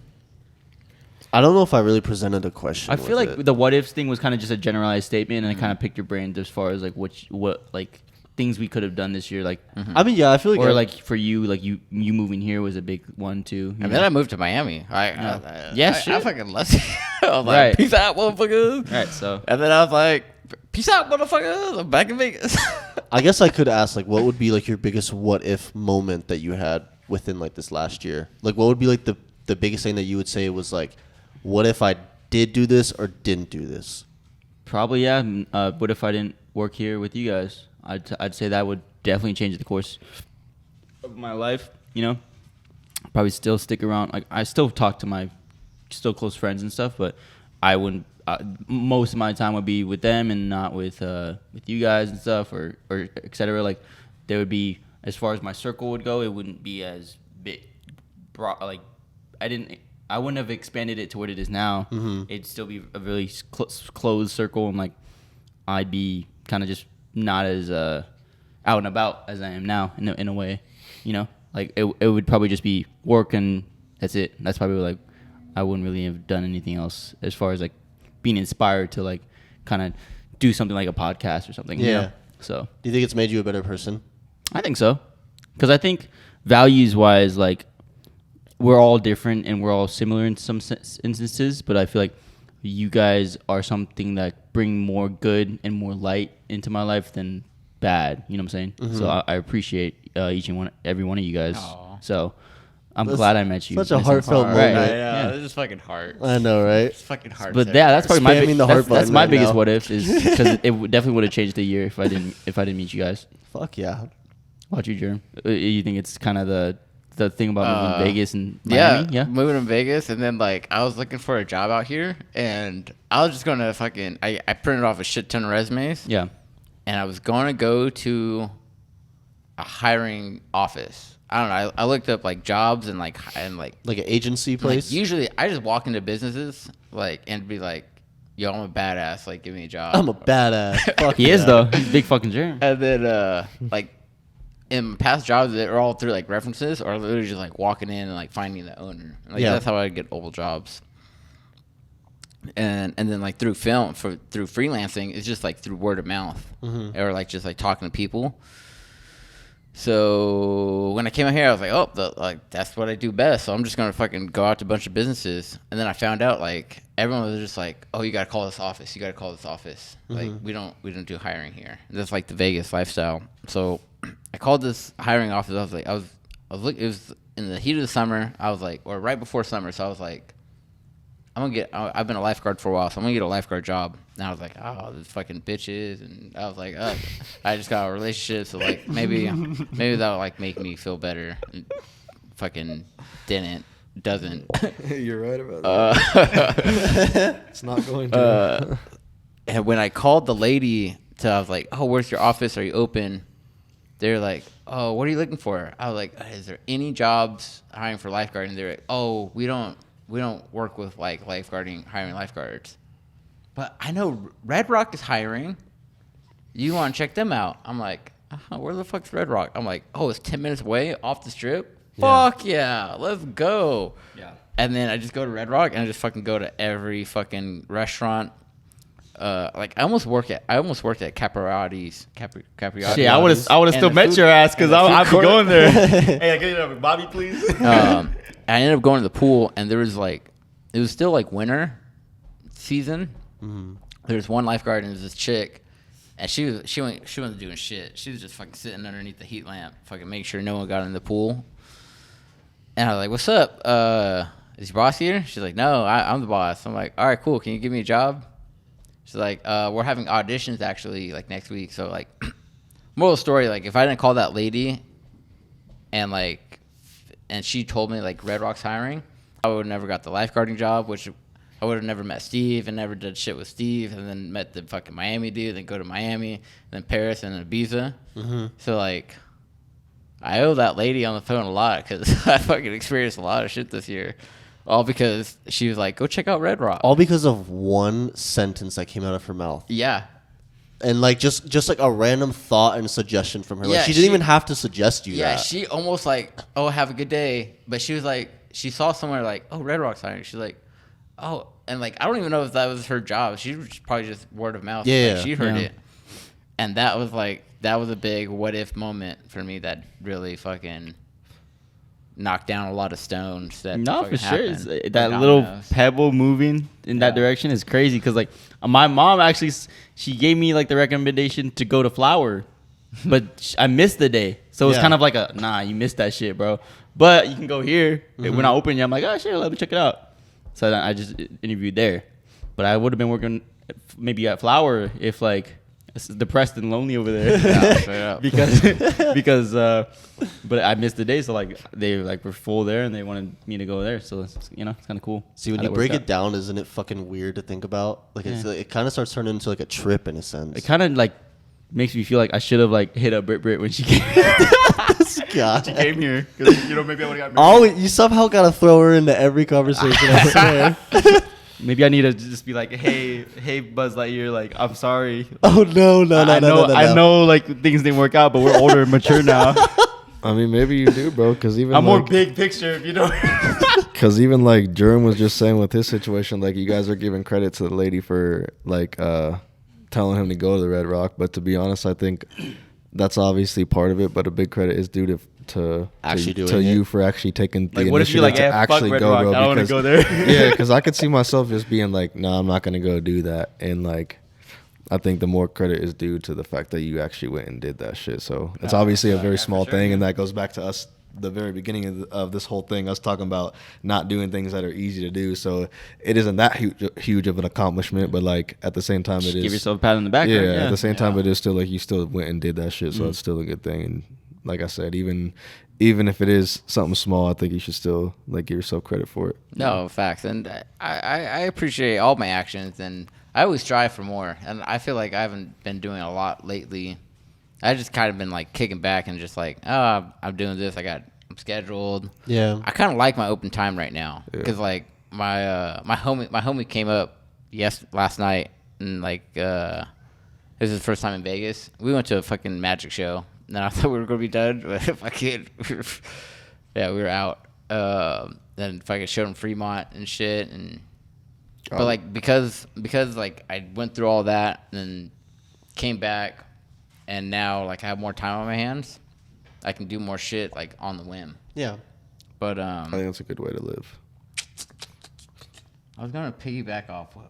Well, hold on. Let me ask. Go for it. What is Ethan's biggest what if? Yeah, because I feel like he hasn't really shared a lot. That's what I was gonna piggyback. I feel like I've talked a lot, but I mean, you've put your input in a lot of things, but you haven't like really talked about like your actual own experiences. Kind of like confronting a question and kind of seeing how you. I mean, as far as like the what ifs would go, and I think it's like a pretty general answer to that, but I think that mine would probably be like, what if I didn't fuck up? And I think that's relatable in like a lot of different ways, and I think that there's a lot of different things that a lot of us fucked up during this time. And I mean, I hope that you didn't. I hope that you had the least amount of possibilities of that to actually happen. But also at the same time, I think that it's kind of a good thing too, because I don't know. I think that there's a lot of ways that I'm like evolving to try and think, and that everybody evolves whenever they fuck up. I mean, maybe not everybody. Some people are a little bit more or a little bit less aware to it, and they just continue to fuck up, and maybe they just don't care. So maybe that's good for them and to live their life how they want to. But I think that it is definitely like a good thing, and it helps to become aware to not wanting to fuck up. What kind of fuck up? It was like I forgot your birthday kind of fuck up, or like I crashed my car kind of fuck up. Not like that. But I mean, to be honest, I think like I said, all of us could have anything. It could be any of those things. Like if you want to take it that way, like it could really just be any of those things. And I think that's like a good thing to think of too. Is like, because usually when you think about fucking up, you think about it as like a bad thing. And you think like about it, you think about it as like, I want to take that back, and maybe you do, but also at the same time, like, there's probably some sort of positivity in the growth of how you think and feel from that. So maybe you kind of just got to find that in it, And it doesn't mean that you necessarily appreciate things that you did or support them, but at the same time, like, I don't know. I guess my what if would just be what if I didn't fuck up. So I don't like really know. kind of just learning from your mistakes and trying to learn it as a life lesson versus just like not hanging your head on it kind of sense. Okay. Yeah, and then just like basically, obviously, the question is, what's your one what if? So I don't necessarily know 100% what my thought was of why that's my what if, but I think that is what the first thing that comes to my mind was. So Okay. just honestly, that's. You got to say the first thing that came to your mind, I think, is the most important one. Right. So that's kind of what it was. As you can see, to our left, it's a new face. We never really kind of introduced him. Damn, I thought I was going to blend in. But I thought that was the whole point. Did you guys, do you want to not do the introduction? Durham kind of just gave me the idea and I rolled with it. We honestly just should, because we're already an hour and a half in, so just fuck it. Might as well now. Just say it? Yeah. So as you can see, Justin's not here, but we have his body double. The stunt double? His clone. I'll be doing the crazy shit. It's the clone right here. Because Justin he's speaking out a little bit too much against the Matrix, so like we have like a new Justin to kind of replace him. He's got to go back in the fucking vault real quick. Yeah, he was talking way too much on the last podcast. Too crazy. That fool need to cool down. I'm here to cool him down. But yeah, so we got a new face, just kind of switching up the panel a little bit, and just kind of getting his perspective on the pod. So how do you like the experience so far?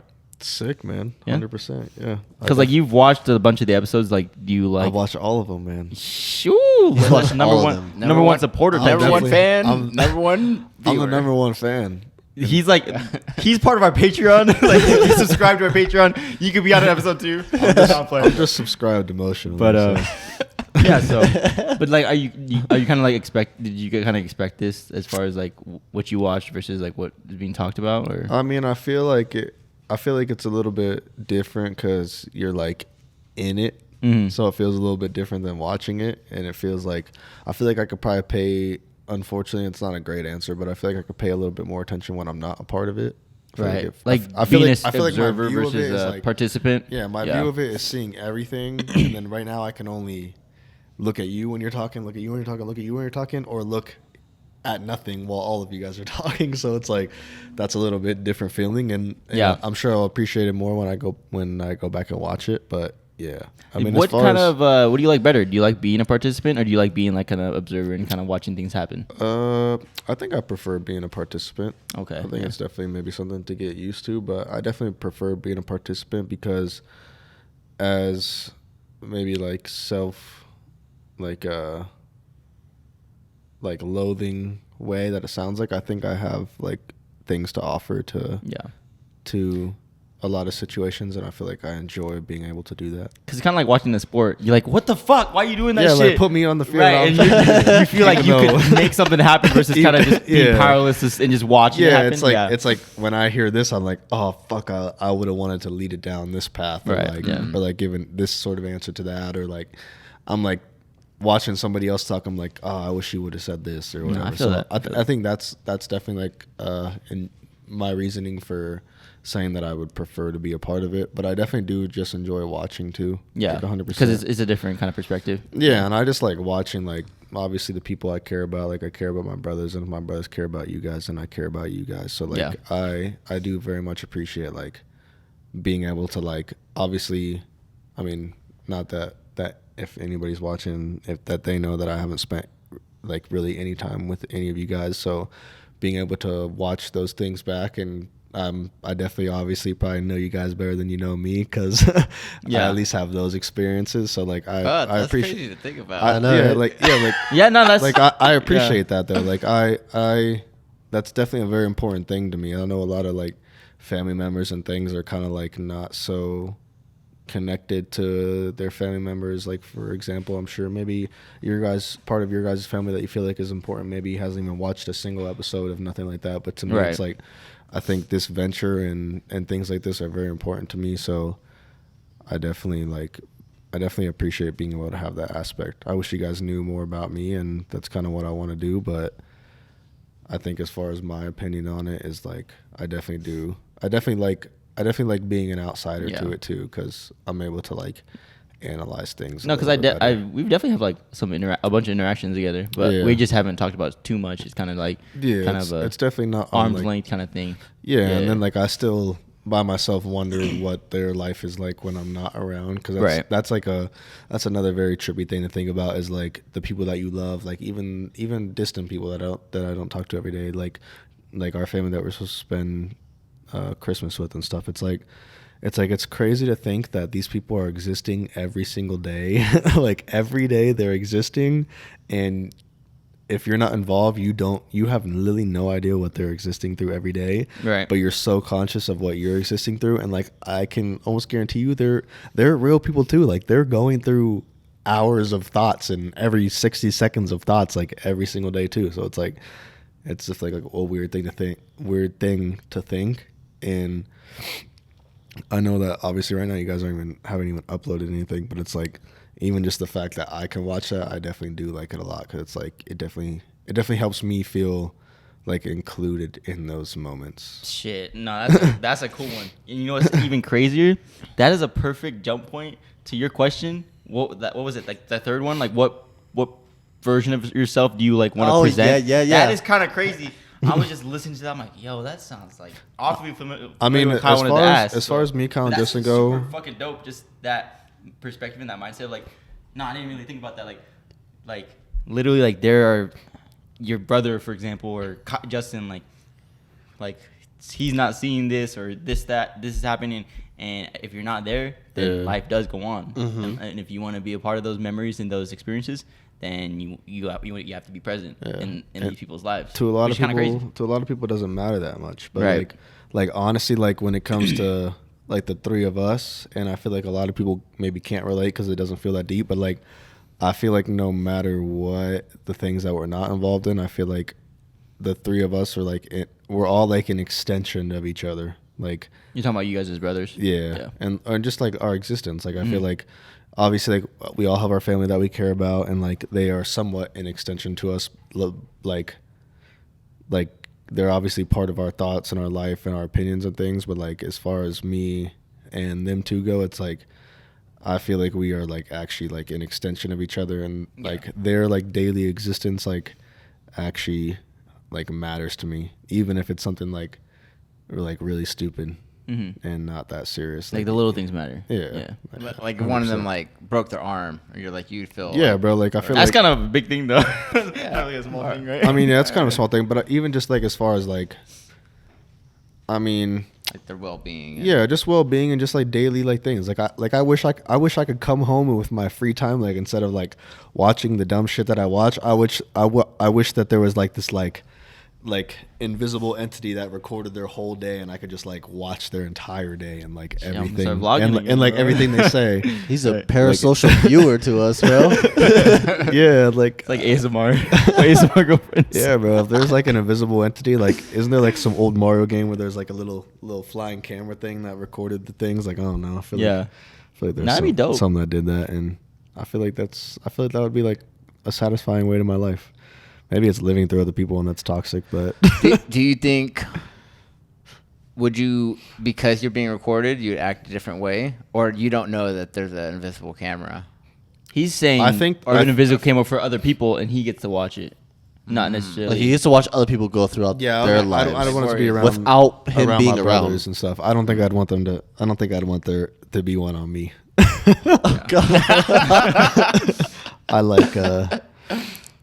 And maybe not always, you know, they need their private moments too. So that's fair. Well, I guess that's I'll talk about like work wise and like driving to fucking Smith's and shopping at Smith's and fucking dumb things like that. Like things that is like what stupid shit is Kyle? Yeah, just like some authentic things. Like, really? You're gonna buy that? It's 2 for $5. You could have bought that one. You bought the $3.99 one. I want to hear what he says to the cashier and like how he interacts with people and like and things when I'm not around. Like if there's this random interaction that somebody talks to. I literally stood in front of the freezer section. I was like, all right, I'm getting 2 kinds of waffles. Chocolate chip, buttermilk, or blueberry, but I only wanted 2. You gotta get buttermilk, dude. So I was like, all right, chocolate chip, definitely getting that one. blueberry. I was like blueberry buttermilk, blueberry buttermilk, blueberry buttermilk. I went with the buttermilk. Oh, See, like, Buttermilk's the move, dude. Any mood you're in, you can have That's some fucking facts. waffles. dude. Blueberries. I kind of got to be in mood for blueberries. bro, you can't go wrong with bro, blueberry. I fuck with blueberries though. you got a buttermilk over the blueberry for sure, Right. bro. Like, you gotta go I blueberry. already had the chocolate chip, so blueberry. I had my flavor, so I had to go. yeah, there's no question to that, bro. You got a buttermilk over the blueberry. Why But not the blueberry? We said we get more deep and we're so stupid right now. I mean, look, if we can get deep, those are the things that I would actually enjoy to watch on video of my brothers. That makes no fucking sense. But with me, if I was doing that, I wouldn't want. I know to it makes see perfect sense. I honestly get what you're saying, like a Black Mirror episode on the way. Yeah, it's just Yeah. like it's So just what like was your last interaction at a grocery store? always so. But My Kyle, last interaction. Yeah. transitioning to you, your question was like it was right. What version of yourself do you portray around other people? What was that? Do you want to go into specifics? I mean, yeah, it was just like what version you allow certain people to see of you.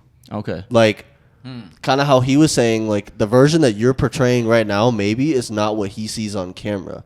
And I feel like that might be kind of like a trip for him. Versus like how I am at like Korean barbecue or something. Well, I'm not saying like specifically like this version of you right now. Yeah. I'm kind of talking more like in a general sense. Like, I feel like the version you allow certain people to see of yourself is completely different than what you really are. And I mean, I feel like that's a very no, because like when you have a podcast, you go into like certain perspectives that you have. well, yeah, you kind of And- go into like work mode too. Like, Right. you kind of like turn like a switch in your Versus like you brain. being at Korean barbecue, you're kind of just chilling and reacting to yeah, things. yeah, exactly. I feel like even as much as that is true, I feel like this is honestly like right now it's like we're recording ourselves talk, so it's like you have to talk, and maybe that's even like a more genuine version of yourself because it's like you literally have to talk.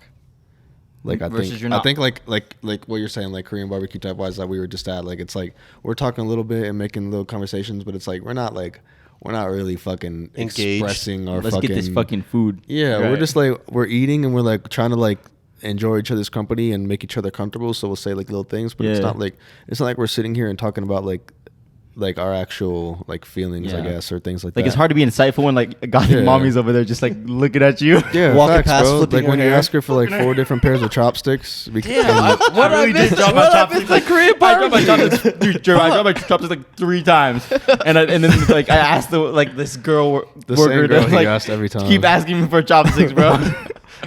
And So, her look got more and more angry each time. So yeah, I like, promise I didn't do it on purpose though. Like I genuinely was dropping my chopsticks. I believe you Yeah, for sure. because literally I there's believe you. there's cuter like workers than her.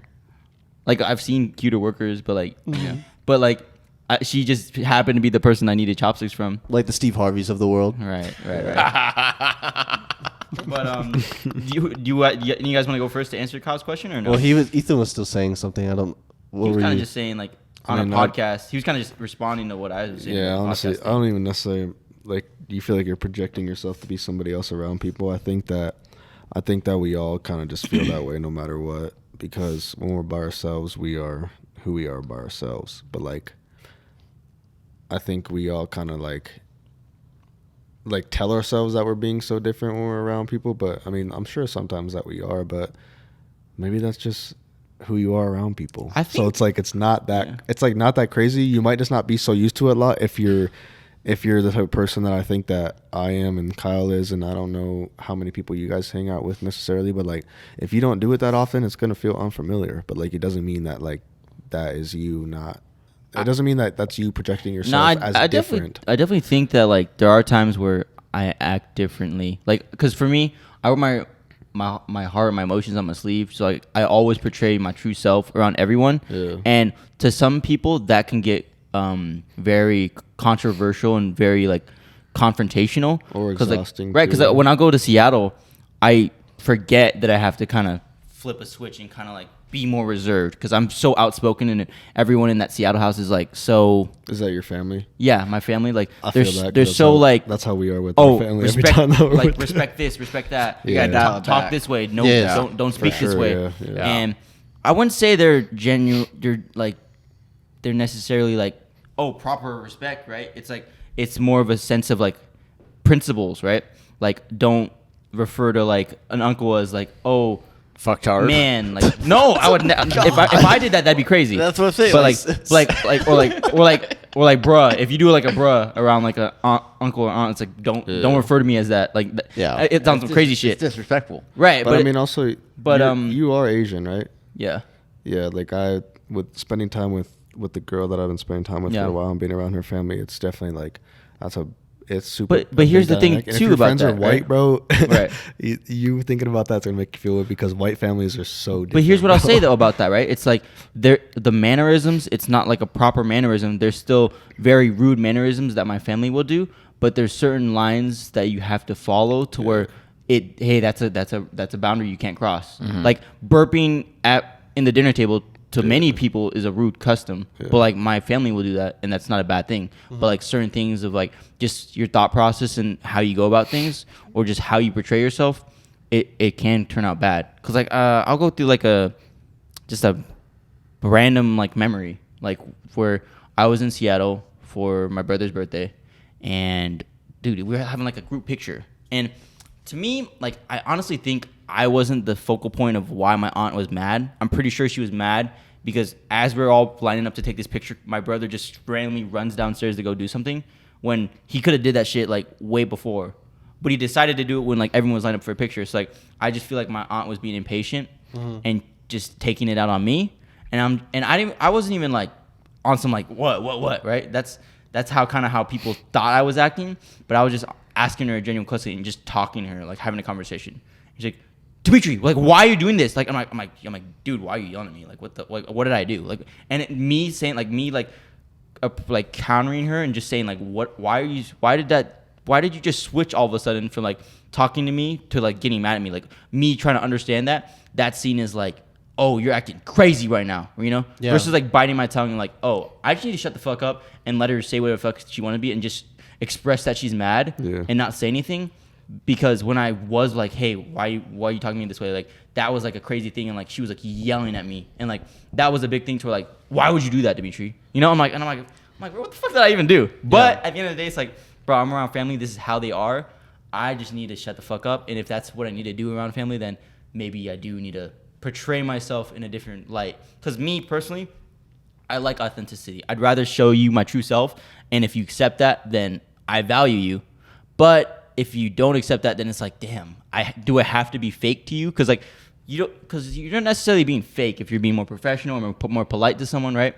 But to me, I feel like it's not authentic to who I am on an everyday basis. So I'd rather just be authentic in who I am on an everyday basis because I value that much. But like if you're not gonna value me the same, then it's like I kind of have to be fake in a sense. You know what I'm saying? So I think there are different versions of yourself that you portray. Because like I portray myself different at work. For example, there's certain things I'll say to you guys, but I can't say to like a manager or something, you know? So I think there's truth to that of like who you portray, what version of yourself, right? Yeah, I think a big thing with kind of like a situation like that, and we're all going to go through a lot of more situations like that. I think a big thing is like, I think a lot of times like human nature is to think that you're right about the way that you think about everything. Mm-hmm. And I definitely have realized this a lot lately, and that's like a big problem that I think a lot of people have. And I think even me and Kyle were just talking about this yesterday or the day before that. Me and him had gone out and we were together, and it's like, I think as much as you disagree with the reason that they think that way, and even if you continue to disagree with that and don't actually accept it, I think you trying to be your most mature version and the version that makes you feel the best is just at least being able to like respect that. And it sounds like you did, because obviously you didn't go fucking off the walls and like trying to act all crazy about it. Yeah. And I think that helps you find, like, I guess what solace is, like gratification, right? Is that what that is? Like, is that what you meant by when you said that? Like solace, like peace? Isn't that kind of what that means? Yeah, solace is more like finding, I would say like peace. Yeah, like, so I feel like you can find like some solace in just like understanding that if you have to abide by the way that other people are thinking and it bothers them, I think you can realize that like it's gonna make you somewhat a little bit frustrated because you don't necessarily agree, but like at the same time, I think being the bigger person, you can find solace in like understanding that you might not understand why someone feels so strongly about something, and just being able to like respect that. And it sounds like you did a good job at that. So I think the one thing that could help with that is just like finding more satisfaction in yourself for being able to do that. Yeah. And like being okay with that. And I think that's like a very admirable thing, and like it's definitely very like, I don't know, just like an honorary like trait to have. Yeah. And I think sometimes we just need to be more proud of in ourselves for like the way that we can handle things, even if other people don't reciprocate it. Because I think a lot of people, when you think that you're at like some sort of level of like knowledge, which might be like a narcissistic thought to have, but like I think once you realize that you're there, it's like you can't get mad at other people for not being there, because it's not super common. I feel that trait or that thing that you're describing, I feel like that boils down to awareness. And like just the awareness of like, yeah, I've been through it, but maybe this person has been through it, but they're still like reacting in a way that might trigger me. But like I need to be aware that maybe they're not aware of my awareness. Exactly, bro. Exactly. And so to like find mutual ground, or to like not one get side has to not find get upset about that. one side has to be the mature enough side to be like, I get it, and I'm proud of myself for getting it, even if this person does it, and like that. And they're like still like getting it, even though they're attacking you. Yeah, 100%, bro. That's a very good way to put it. That actually made me understand it a lot better. I'm not even gonna lie. Yeah, it's like just sometimes like people aren't gonna get it, and like I got a shitty example, but if no, go ahead, bro. You're good. so it's not a shitty example. It's a good example, but me and my ex, she was taller. She's 6 something. Really? Yeah. Oh shit. She's tall. Fucking tall. You were climbing that ladder every night? I'm not. She was fucking you. That's what it is. That was the situation. So we would be out, and this guy was like, "Oh, I climbed that tree too," and like I really was like, "This guy's like, oh, she's hot. I wish I would be in your shoes." Like this guy was like, he was thicker and short dude like me, and he was like giving me a high five for like having a hot girlfriend who was taller, but he said it in such a demeaning way to me, to where he's like a piece of shit. where like, yeah, I was like, but you're like that's just, not that, like fucking. There's 1,000 things you can say, like, oh, you have a beautiful partner. Be more polite about it. Nah, I fucking climbed that tree too, man. I mean, yeah, that shit's definitely weird. And like, I was at the point in my life where, like, I could get mad at this person, or I can take it as a compliment, or I cannot even acknowledge him at all. Yeah. But, like, that interaction really helped me define this whole, like, awareness thing of, like, maybe he's just not aware of that. Like, he has this possibility of, like, bagging the same type of women. Yeah. Like, fucking, it's all charisma at that point, man. Like, yes, I got blessed with good looks and whatnot, but not the best height. This topic you're talking about is Solace? It's more awareness. No, but the topic you were talking about is Solace, right? That's what it's called? I mean, that's where Kyle started, yeah. Okay. Well, like Solace and Solitude. No, that was Germ's question, right? That was like my topic. I was okay. It's kind of like Germ saying, but Right. I mean, I thought that was Kyle. I don't know if that would be really Solace and Solitude. That's more kind of just like being. I wouldn't consider that. No, being I solid. wasn't saying that either, but you were kind of, it sounded like you were going to piggyback that onto. But I mean, if you weren't, then if it was just about awareness, it's just about awareness. But Yeah, it was just about Yeah. work. I think it's just about to yeah, because one of you said Solace and Solitude during that. Well, it was me. Okay. Yeah, It was because me. So I was just like kind of seeing where that tied in. Because like once you get that idea of awareness, then you can be at peace Within like, yourself, yeah. Because Right. after that dude said, "Fucking, I climbed that tree too." Like there was a second I was like, I was gonna get mad and say something. Then I was like, he's just not aware of the awareness, and then that's where I found peace in myself to like not go. The awareness Ape shit. is Ape literally shit, like yeah.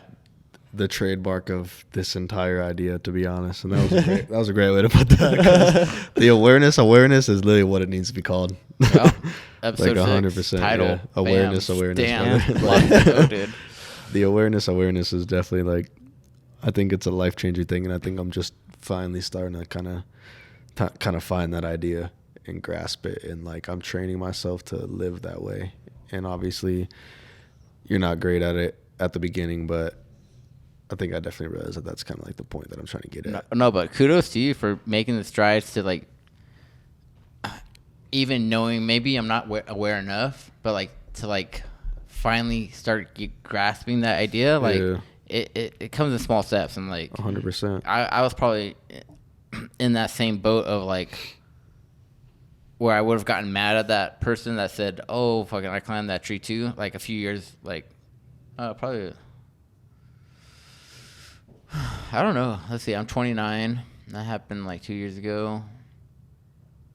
Yeah, probably like 23, 25. Like I was like probably still like, I don't give a fuck. Let's fucking just do this thing called life and just fucking work, school, party, and now that like I've been through relationships or trauma or like school or careers, like ups and downs, and my dog, and then like life and death through family, like. It really just kind of like it fucking hits you fucking like you're a punching bag. Like you're going to take it one way or another, whether you accept it or not. 100%, bro.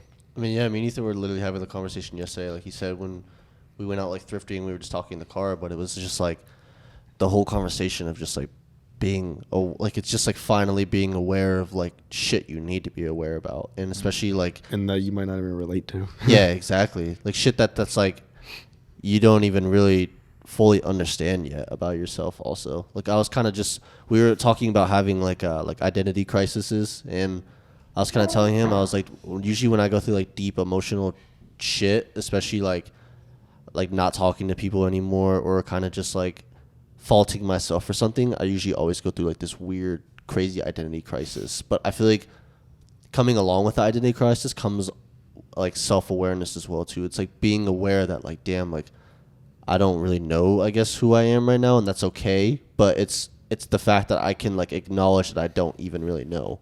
It's not being like oblivious or delusional to the fact that like I don't even understand what's going on. Can I ask you a question? Yeah. Has someone told you you were something for a long time? Like growing up, were you, or did you have an idea of yourself that you were supposed to be someone that you wanted to be, but you're not there yet? I feel like I've always felt that way. Like I feel like people have always tried to like put me in this box of like a certain person, and I feel like for the longest time I put myself in like that box too, just because I mean I sheltered myself off from a lot of people when I was younger, and just from like the world in general, because I was just like so in my own world and so in my own feelings, and kind of like how Ethan was touching on earlier, just like victimizing myself of a lot of shit, which is like, I mean, a lot of it is valid because a lot of the stuff that I have gone through was like definitely some deeper emotional things, and like everybody deserves to feel validated in the way they feel. But I feel like as of recently, within like the last like maybe 3 or so years, I definitely have victimized myself to a lot of things that maybe I'm not really a victim of, and I'm really starting to finally realize that. So that's why like I'm starting to kind of discover who I am, and that's why I have like these weird identity crises and these breakthroughs all the time of just trying to figure out like what's really going on in my head and like what I really feel about things and how I really deal with stuff. But I mean, yeah, for the longest time, like I feel like I haven't really had an identity, but I think within like the last year or two, I've like finally started to kind of like discover that about myself and start to accept that about myself. And it's fucking hard because it's like you live life like you're someone else this entire time, and like shelter yourself off and close yourself off to a lot of things and tell yourself it's like fine to be that way. But like I'm finally starting to realize that it's like maybe not okay to be that way, because I was just kind of having the talk yesterday with him where it's like I don't feel like I'm a very empathetic person, and I don't really like that about myself, because I know deep down when I like talk to myself, I'm an extremely emotional person. Like I feel a lot and I can express a lot to myself, but when it comes to like other people and them going through shit, like I kind of just I brush a lot of things off, and I don't let a lot of shit out when I know I want to let it out, and I want to feel bad for people, and I want to feel empathetic and sympathetic and want to care for people and show that I do care, but I just don't even really know how to like express that. And it kind of like annoys me about that about myself, because I know that's who I am, but I don't allow myself to be that way. And I just want to say I know it's as hard as it is to admit it and as bad as it makes you feel. And obviously I've been there, so that's why I know. But that's toxic selfishness, to be honest. Selfishness. You're being selfish, and it's hard to admit that. But sometimes it's okay to be selfish. But like if you can't listen to other people, it is kind of a selfish thought. Yeah, like I feel like I can listen to other people, but it's more so about like feeling what they're feeling is what I have a hard time doing, and I don't like that. I feel like it's almost like riding a bike. Like you're not going to get riding a bike without training wheels on the first time. So like if you never empathized with someone and like got an emotional level with someone else while they're trying to like splurge their shit. Yeah. Like where do you start? Like if you've never done it before, like what do you give them a hug? Do you like I feel bad for you? Like how do you like make that first action into that what's the action of being empathetic? Empathetic Caring? is the action. Caring, yeah. Empathetic is the action. Yeah. So where do you start being empathetic? Like, I mean, with a hug, or just the fact that you're listening, like you're giving them that you care. space. Like, what is like how Like, deep of that level of like feeling do you want to like feel? Is it just giving them space to like talk it out? I mean, you know what I really think it is, where a lot of it stems from? I think a lot of my lack of empathy stems from not feeling like I've had empathy from other people, I guess. Mm-hmm. And Like, why should I care? Because no one cared about me, in a sense. Kind of, yeah. And I feel like that is Ethan was saying, that is like selfish in a sense. Like it gets to a point where it's like you're victimizing yourself. Like you're trying to like play this victim for so long that you're like closing off other people. Like you're closing off a part of yourself that other people might need, and that you're basically just closing off an entire good part about yourself, which is just fucked up. I just don't fuck with that, because it's like I said, deep down I know I'm not that type of person, and I really do care for people, and I really wish I could express it in a better way. But it also just always comes back to haunt me, because it's like I just genuinely feel like I've never had someone that has like cared to go out of the way to feel empathy for me. I think the biggest approach and step to like feeling those feelings is literally just taking a step back and like, how would I feel if that happened to me, in a sense? You know what I'm saying? Like when you hear a story, like, because for me, like, for growing up with my mother, like, she's a very caring person, and like she's instilled that upon me to where, like, do you know that one meme of like Captain America, and it's like there's one Captain America and Bucky, and he's beating the shit out of fucking Captain America. He's like, why won't you fucking leave me alone, right? Yeah. And it's like he's like the embodiment of like, oh, the villain in me. And then like Cap's like, oh, the mama's boy in me, like, because I'm with you to the end of the line. Yeah. Right? So it's like, for me, I've dealt with that to where like there's times where I don't want to give a fuck, but I care too much because I was brought up that way, of just like, hey, why are you doing that to your sister? Like, how would you feel if this happened? Or like, why are you doing that to your cousin? This, like, and it was always just a parallel of how I would feel. Yeah. And that was a very easy thing to kind of reflect on myself. Like, oh, okay, I don't know how they are. I don't know what they're feeling. How am I feeling? Oh, how would I feel if that happened to me? So like, that was just something that I kind of was instilled in me from like a young age, towards like just caring about other people's feelings and like being very considerate of like my brother, my sister. Like those were things where like I kind of like grew up having those, and like just naturally like I followed with those principles. So like I genuinely would say, like, if you were making steps to like improve upon yourself, is literally just like taking a step back. Don't even worry about how they're feeling or what they're feeling. Just take a step back and say, hey, if that happened to me, how would I feel? Okay, what did they tell me they were feeling? Do I agree with those, or do I not agree with those? Then it's just like, do you now just hear more of the story and like kind of get your own opinion and like process like what your mindset is in terms of like what happened to them versus like how you'd feel if it happened to yourself, you know? Well, to question that, like, how would you feel if you never experienced it? Like, would you feel different if you did really, like, say they had a horrific car accident, right?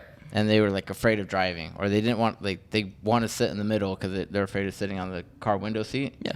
Would you be able to express or like imagine how they would feel?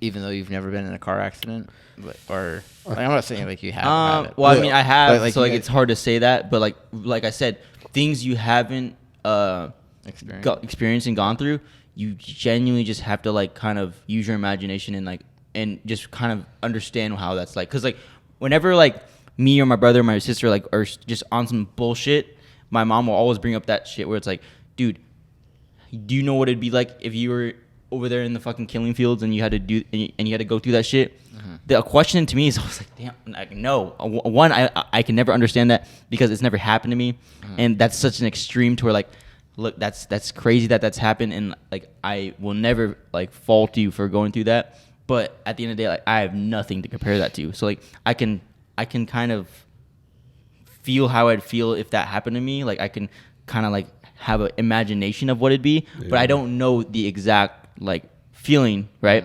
So you, like I said, in order to process it, you just have to kind of put yourself in their shoes and kind of just go through how you'd feel if that were to happen to you. And if you've gone through those things, it'll help even more because you can relate to that, which was kind of like that point with like, oh, the therapist should go through some things that are pretty traumatic so they can understand how to like approach those big problem areas to where, oh, I've gone through that too. Here's how you go through it, right? So like something like a car accident, I've gone through a car accident. I know how that feels. It's like, it's fucking scary. Yeah. I didn't even fucking get my license till like this past year because I was scared. Like I genuinely had anxiety, like being in control of a vehicle and like having to like react to like everything around me because I know what it's like being in the back, the passenger side or the back seat, and you see a fucking car coming at you and you can't do anything. You're sitting there like in your seatbelt, like, oh fuck, he's gonna hit us. Like, and good thing my dad turned and moved because it was my door side. So like instead of hitting my door, it hit like the back bumper. That's scary. But like it's like I'm like just like it was scary as shit. Have it fast. And people would like I would like want to start driving like they react so crazy when like I'm like scared to make a turn or like or this and that. I'm like, dude, look, I'm scared for a reason. Don't yell at me while I'm driving. Now I'm in control and you're going to fucking yell at me when I'm driving? Yeah. That's like, now I don't want to fucking drive. Like, let me just like not drive, right? So it's like, so I think like, yeah, just understanding how someone would feel if you put yourself in their shoes. So yeah, sorry for yelling at you. Like I don't feel I was talking loud. But that is something where I'm like I'm really passionate about. Yeah. And yeah, it's really easy for me to talk about empathy or just being caring in general because like that's like a personality trait that like I've always had like throughout my life. So it's very easy to kind of just point out like, hey, why wouldn't you be empathetic to this person? Because I can naturally kind of like gear towards that, you know. Can I get perspective on something that I haven't thought about? Let's hear it. So, just to clarify, I don't not consider myself an empathetic and caring person because I mean I feel like you guys can see like I obviously go out of my way for people and I do things and I care about people and I don't want people to feel bad and I am very much a people pleaser and want people to feel well. So right.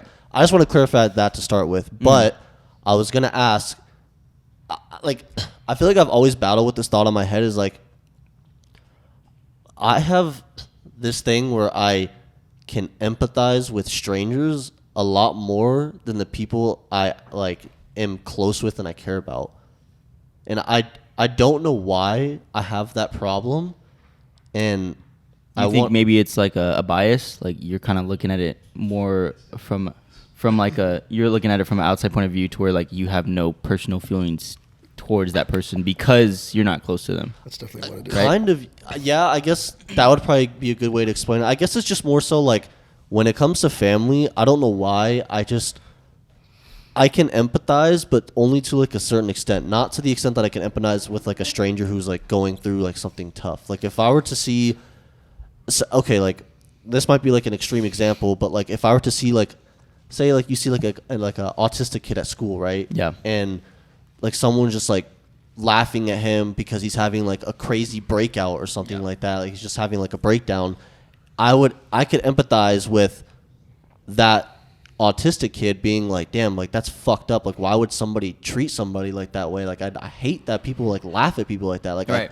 I can only imagine like what this kid's feeling inside, like what's going on in his head and how like scared he is and just like how embarrassed he feels that people are like laughing at him for doing something like that. But like if something were to happen like within my family, like where someone's going like through like a breakup or something, like I don't know why, like I can't flip that same switch in my head to like feel that deeply of like feelings towards something. Well, I mean, you do know the person, right? And you know the quality person they are. So like you can kind of be like, hey, you're stronger than this. Why are you tripping about this? It's such a small thing to where like you shouldn't even be worried about this, right? Like you know the type of person they are to where like this shouldn't be an obstacle for them, right?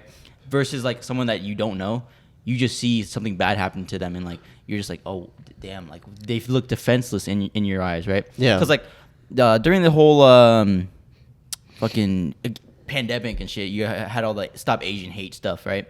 So I would see stories like that where like some old man in San Francisco would get his ass beat by like a fuck ton of people for no reason, just because of whatever coronavirus or whatever that shit, or just and honestly, it really wasn't the coronavirus that started the hate shit. It was just like, hey, there's all this shit that's happening, and oh, there's a bunch of hate crimes. Like this, we're gonna pin it on this because those are things that happen all the fucking time. Where like, just I think honestly, like that minority group in general, Asian culture is very tolerant, right? So like, you can really fuck with them because they're not gonna. A lot of times, they're not gonna stand up to you because like that's seen as like, oh, this is confrontational. This is bad. I should avoid conflict. I shouldn't go into something. Versus like some people welcome conflict and they want it to happen, right? Yeah. So they feel like they could win, right? Whether they win or so lose. I'd see stories like that where I'm like, damn, like that's fucked up. But it's happened to like my grandparents in front of my eyes, and I'm like, and I'm literally like, yo, what the fuck, bro? Like you're gonna talk to my grandpa like this? Like, dude, you're tripping. Like, come back here and fucking apologize. And then he kept walking away. I'm like, no, come back here, bro. And then it's like, and he's like just trying to run away and because like he can pick on someone that doesn't speak English very well. But when I'm there and I say something about it, like, oh, now you're gonna walk away and now you're gonna try to run away from this situation, right? Like for me, like I could see them from a point of view where like, hey, if these weren't my grandparents, I'd still be mad. But like the fact that it was my grandparents, it made me even more mad because like I know the quality person they are to where like they're not even like bothering you. Why are you even like causing conflict with us when they didn't even like say hi to you? They didn't look at you the wrong way. They didn't give you a dirty look.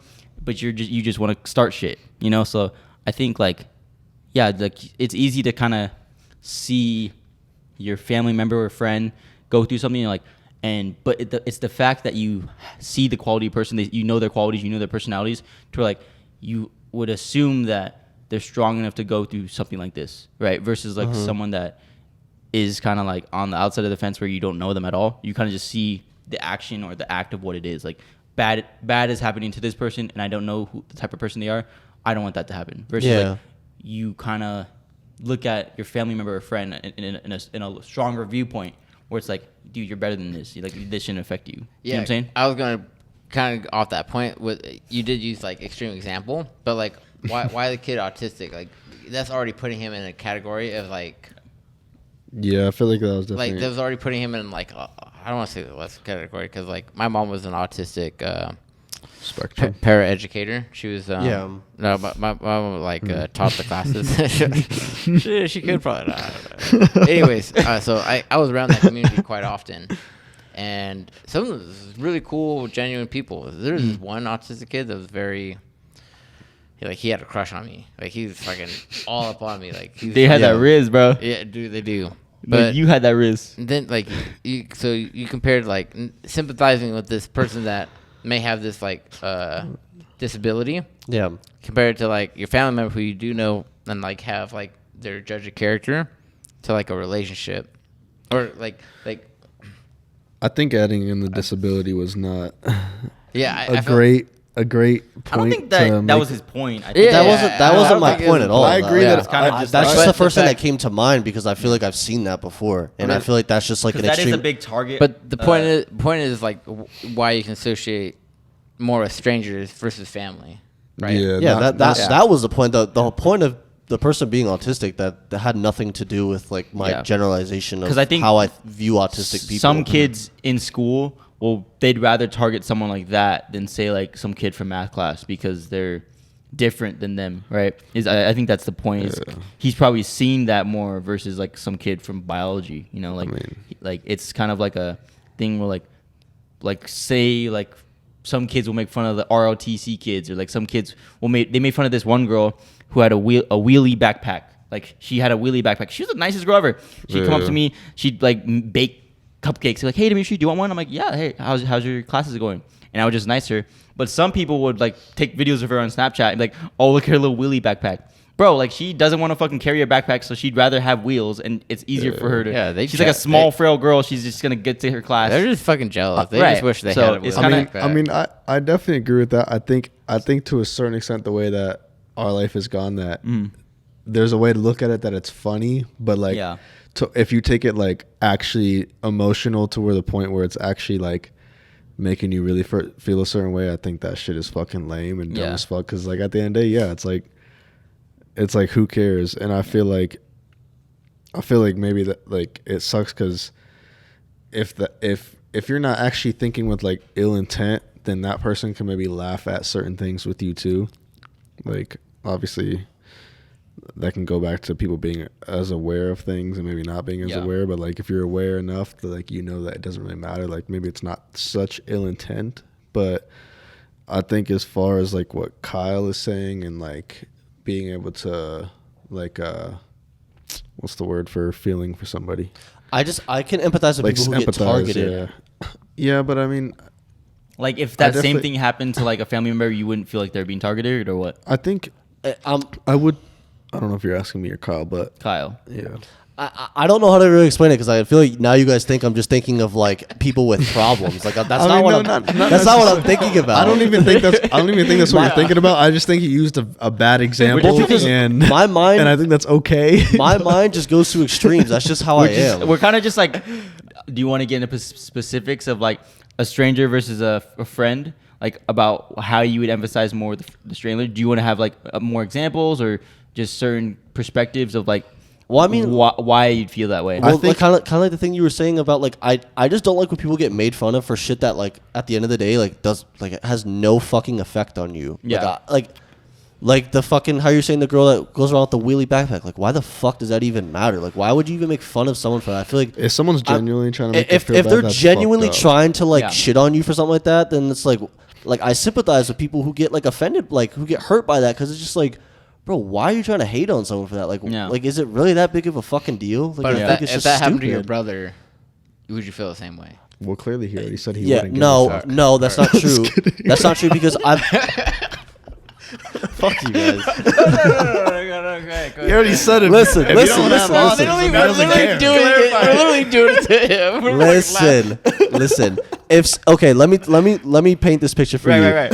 If we were at work and one of our coworkers said something about Justin and they were genuinely making fun of him, I'd be so fucking pissed. I've thought about that situation in my head so many times. Right. Where if someone ever said something about Justin, I would fucking flip out. Right. Because I know him deep down and I know the shit he goes through, and if anyone ever said something bad about him for literally no reason, I would lose my shit. And I feel like that a part of me is empathizing with that. Like I can empathize with him because it's like I care about him enough to like for someone to make me cross that bridge of myself. Yeah. Let me ask you this: do you feel like he would do the same for you? Yeah, of course. So knowing that, do you think that's where knowing that other person would do that for you is where that passion of like I'm gonna go after this person comes from? Like if you knew Justin wouldn't, like if someone talked shit to you and Justin was just like a bystander and like didn't take action, would you feel the same way of taking action for him? If that makes sense. I see what you're saying. Like if someone was like blatantly talking shit about him right in front of me and he was like not the type to would like defend himself, would I defend him in that sense? I think he means more if he would defend you. Yeah. Oh, if Justin would defend me? Yeah. Oh yeah, he would defend me. Well, he's saying if he didn't. Well, would that make you feel differently? Oh, if Justin didn't defend me. Yes. Oh. Would you defend him still? Yeah. I think that honestly, I think that's a good point you brought up then, because like what you said, the statement about kind of having more empathy towards a stranger than like someone you're close with. I think you honestly kind of contradicted yourself because like I think you do have an understanding of like, hey, like if that happened to my brother, I'd be livid, right? Mm-hmm. So like it's not that like you don't care. I think maybe you're not giving yourself enough credit, or maybe right. I think the problem is you guys are bringing up the situation of conflict. I'm not bringing up specifically conflict because when it comes to conflict, I'll defend anyone. Okay. If I genuinely believe someone's a good person and they deserve to be defended, I will defend them regardless of who it is. If it comes to conflict, but what I'm saying is like sadness or feeling. Yes, when it comes to like sad things, when it comes to sadness, like say someone's like their dog died. Yeah. Okay. Like that. Like for me, if it happened to a random person, I would probably empathize with them more than if for someone I knew about. And I don't know why the fuck I'm that way. I think. Do you think that's true though? Do you think that like say if like Stilo died. You think you probably would? Oh, I'd be heartbroken, but I also know how he treats him. Like I know how he treats his Peter. He's a good owner. Cut that shit. Cut that shit. This boy about to lose his dog. That's crazy, FBI, dog. open up. That's crazy, dog. What the fuck? No, I think honestly a big thing what it sounds like you're saying. Yo, that animal. I was just thinking the animal show with the police animals. They go through some shit. What the bounty hunters? For sure. No, off the back. The animal SPCA, fucking the dog police. Oh, the dog police. The fucking what are they called? The animal control. Animal control. That's what it is. I don't know. I was thinking pest control. Like, people treat dogs like shit. Like fucking one fucking big ass dirty ass bowl of water. Yeah.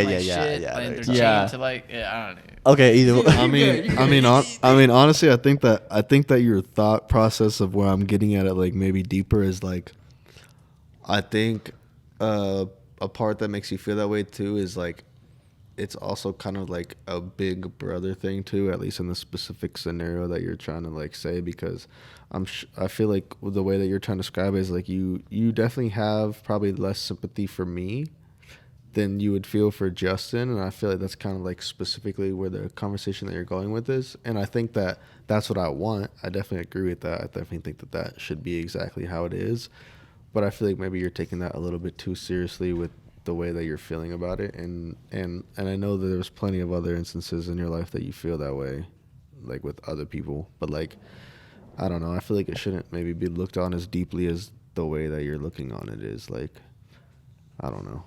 Well, I feel like that's always been like a big problem of mine. Is I just come off kind of cold in some. I mean, but I feel cases. like that's also okay. Like, I was just about to say like. It feels like fuck them motherfuckers.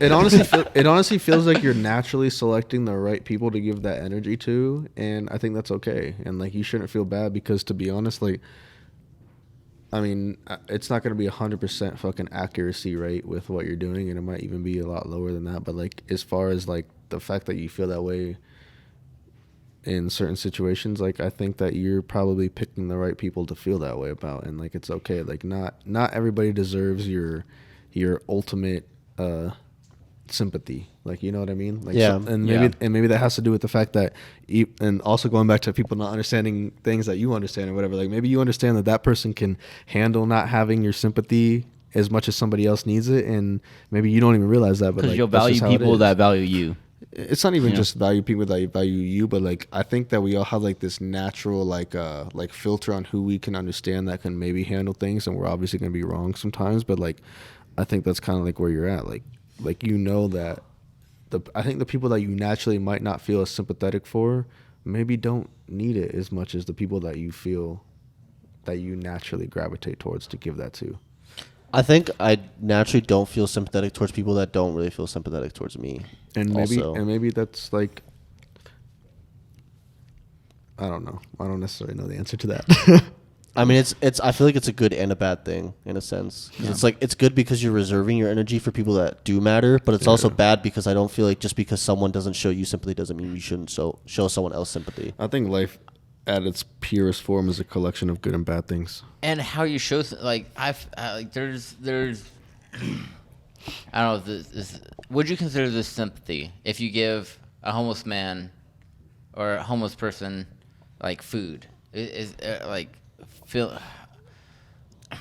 how do you show how do you feel sympathy for a stranger, and like, do you want to do something good for them, or like, or do you just want to give them space to like be sad with you? Like, what is your guys' definition of showing? I see what you're saying. Yeah. Like, how do you show sympathy to a stranger? I think do you do a good action? I think like a word. I think with a stranger, because it's usually like a quick interaction for the most part. I mean, obviously you can extend it, and then I think actions come into place at that point. But I think that like socially or emotionally, or like even just like energetically, if you can understand how to like give that to people, I think that those are the first steps to it, to be honest. And I think you know when you're doing that. You know if you know you're doing that. Like, I guess. You're aware of it. I have this story. Someone I knew once, they went on a mission to Uganda to build homes for people after the earthquake. Is it Uganda? Who had the crazy earthquake? I thought it was Haiti. Haiti. They went to Haiti to build homes. And the whole reason they went on this mission was at first because their grandparents or parents or parental influence was like, you should do this. It'll. I think Haiti might have been a hurricane, by the way. I don't know, but it wasn't it's an earthquake. It wasn't their choice to go. Yeah. Originally, but they were like, oh, like they still went and did it, and they built mud homes, and like they went to a community, and it was like a whole mission. Thing, and they did that. And later on in life, they felt really good that they did that, and wanted to like show more sympathy for people by doing good actions. Yeah. But are there other ways to show sympathy, though? I think other sympathy than good actions. I think the purest form of sympathy is energy. I don't think actions. I genuinely don't think actions always show sympathy, because I feel like a lot of people kind of do it for selfish reasons in a sense. Like, you can kind of do something you don't want to do. Yeah. Like what's the Red Cross? Like people that go to and people that run the missions. Yeah. Like sometimes either they're doing it for like glorification, like, oh, I helped this many people, for like their own validation, like financially validation. Exactly. Yeah. I'm sure there's or like people that like, oh, I intent, donated $100 to this cause. Yeah. I did something good. Yeah. So like, Do you value someone though that like doesn't actually want to do it but still does it, and they still do it, like even though they didn't want to do the bad thing, or they didn't want to do a good thing, they still did a good thing and they contribute to something good versus like wasting their energy on some bullshit? I think I kind of value that a little bit. To a certain extent, my yeah, to an extent. My Yeah. perspective to, is the intent behind it. Yeah. Yeah, But that's really what it comes down to. Because I agree to like- that. Like, I feel like I value people that are more authentic and like would rather genuinely are wanting to help and they want to help the cause. But someone that is doing it for some clout or doing some good things just because they want to do good things, like I don't necessarily not value their effort and their energy, because I feel like I think at the end of the day they help someone. As long as you're doing something, you're better than somebody that's not doing Right. something. So like I feel like that's what you're trying to say. And like, like as long as you're doing something, Like, I'm not gonna hate on someone that did something good even though they didn't want to. Yeah, you can't because they hate still on did them, something but- good. So like it's like Yeah. I think it's a good something thing. in them made them want Right. to do it good, even if it was for a wrong reason. But maybe Yeah. they don't understand. The word's the word. They don't. They're not aware. You know Right. what I mean? Like, I was gonna say, I think a good example of like doing something you don't really want to do, but you do it out of, I guess, sympathy would kind of be like, I don't know. Ethan's like a good example that I think of sometimes. Listen, even though I don't do some things for him, like there's been times where his car has like broken down because he fucking runs out of gas because he's stupid and he tries to go all the way down to the end. And there's times where he'll just like randomly. You get 30 miles after he goes. You get 30 miles. He knows. He just pushes it. But it's happened multiple times. But there's times where he's like ran out of gas on the highway, and he'll call me, and he'll be like, "Yo, I need you to come bring me gas. I just ran out." I'm like, "Are you fucking kidding me?" Like, bro, you know how far home is away, and I know how you are, and you're trying to stretch every single last mile out of it, and you're just being stingy because you don't want to go fucking pay for gas. So then I think about it, I'm like, bro, I do not want to go do this for this fool because he needs to learn his fucking lesson to stop being stupid. So then I'll not respond to him for 5 minutes, and I'll be like, bro, I don't want to go. I do not want to go do this. I'm gonna just ignore it. And then like 5 minutes later, I'm like, fuck, dude. I gotta go grab the fucking gas tank out the garage, go to the fucking gas pump, get 2 gallons of gas, drive all the way down to his car on the side of the highway. Maybe like a once or twice situation. Like I feel like he's trying to make. I feel like he's trying to make. He's trying to make it sound like this is like some a weekly reoccurring occurrence. Nah, like this is maybe happened like This max. has happened like 2 times, at least 2 to 3 times. No, okay. Recently There's like or no, okay, not but even no. recently, bro. It happened. It happened last year, but it was like it happened like 3 times in the same year, and it was like fucking after the first situation that he had, he still did it like a month later. And we did the same thing with her car keys, and I brought it, and I'd bring the spare to her. So I mean, I understand that. But it's like how I was saying, you're doing shit you don't want to do, but like the intent is because you care for them. Like you're still sympathetic towards them. I'm like, damn. I mean, like I don't want my brother to be stranded on the side of the highway for fucking hours on end and then have to go pay to get towed. Like, bro, I might as well just go fucking do this dumb shit I don't want to go do. Right. I mean, yeah, that's definitely for sure. Why do you not want him to get towed? Because the way he would feel. Wait, hold on. No. Like, all right. What's your thought process of like, I don't want to get towed? Honestly, is it because I think it's an ego thing. He doesn't want to seem like a piece of shit. No, I've done. Like he's gonna talk shit to me, or like He's worried about his own ego.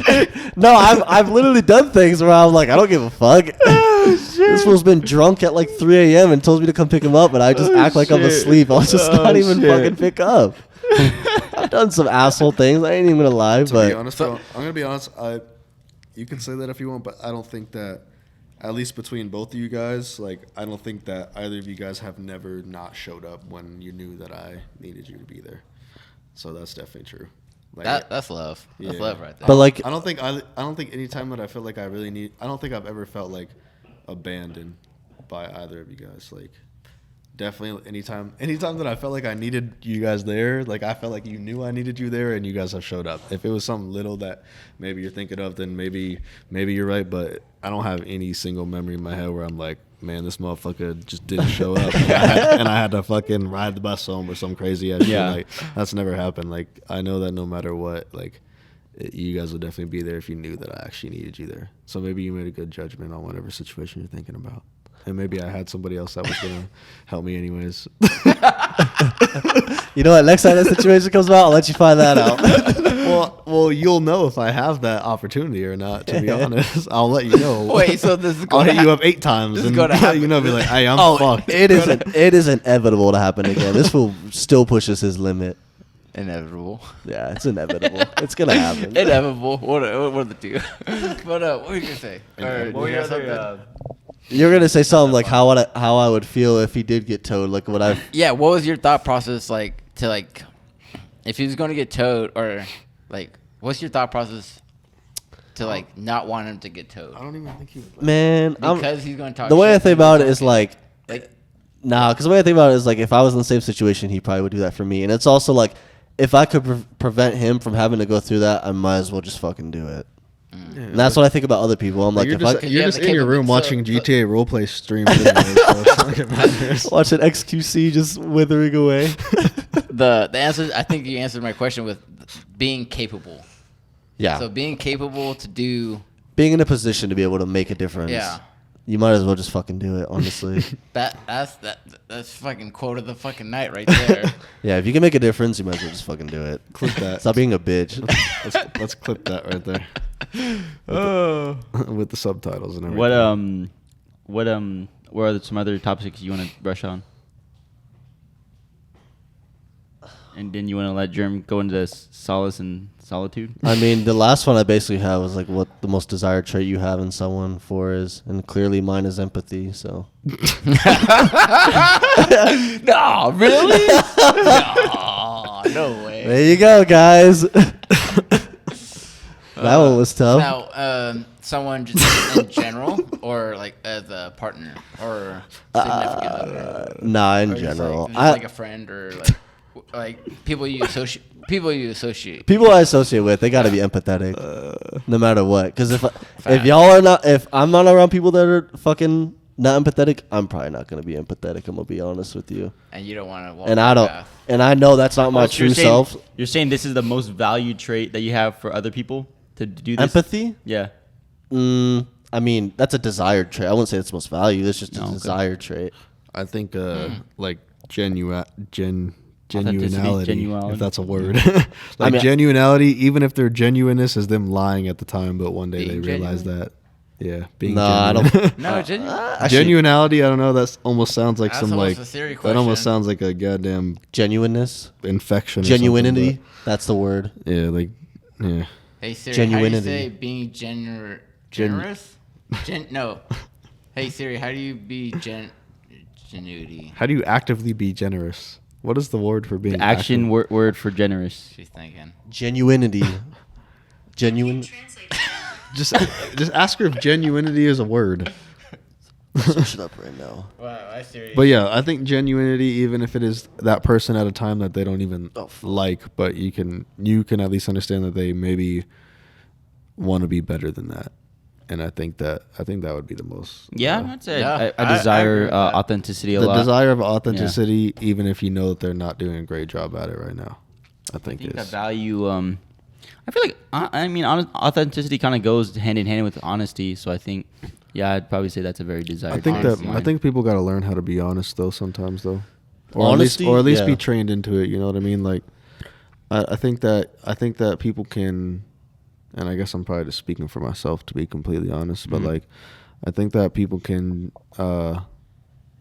be bred into some energy of not being honest, and they can come to a realization that they don't like being that way. And I think you can. I Yeah. think it's good to give people a chance at realizing if they like being a certain way or don't like being a certain way, and then like listening to them if they genuinely say that they don't like being that Yep. way, and not just like banishing them for the rest of their life for not being that way at one point in their life. Like, I think that's not Because very I think cool. for me at least, that like a desired trait for others that I look into is authenticity. Because like if I'm doing that to like everyone I'm around and just showing my true self, I'd want that from everyone else. That way, anything that we go through together, it's like I know that's how they truly feel, and like all those experiences we're going through, like they either fucking don't like it or they like it, but at least we're going through a real experience, and it's not some fake shit to where it's like, oh yeah, I was just actually doing that shit because I just wanted to be there for you.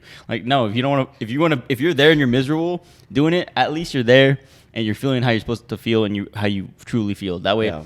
I can be like, all right, let's never do this again, or like, all right, let's do this again. You know? Or let's part ways. Like you do your thing, I do my thing. Right. Yeah, fucking.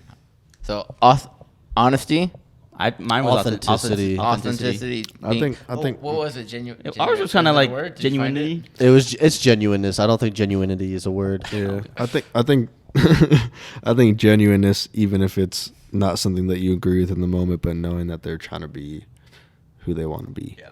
And empathy. For you. I mean, I don't know. I could say all three of what I could say: empathy, genuineness, and authenticity. I love authenticity. I feel like that's like the best part of a person is when they're literally just Hotness. themselves. Even though sometimes it can be ugly, just because, I mean, not everything about everyone is always like the prettiest. Like there's Right. obviously a dark side to all of us. ASMR. But I- there's ASMR always is so dark. authenticity is like that's like pretty much all you could ever ask for from someone, Yeah. really. But I mean, empathy is definitely a desired trait of mine for sure. I feel And with all these traits I'm hearing, they're all like I'm in the same boat. Like these are all very desirable traits. I feel my most desired trait, because I don't see it as often as I would want it to be, would being braveness, or like being brave. Yeah.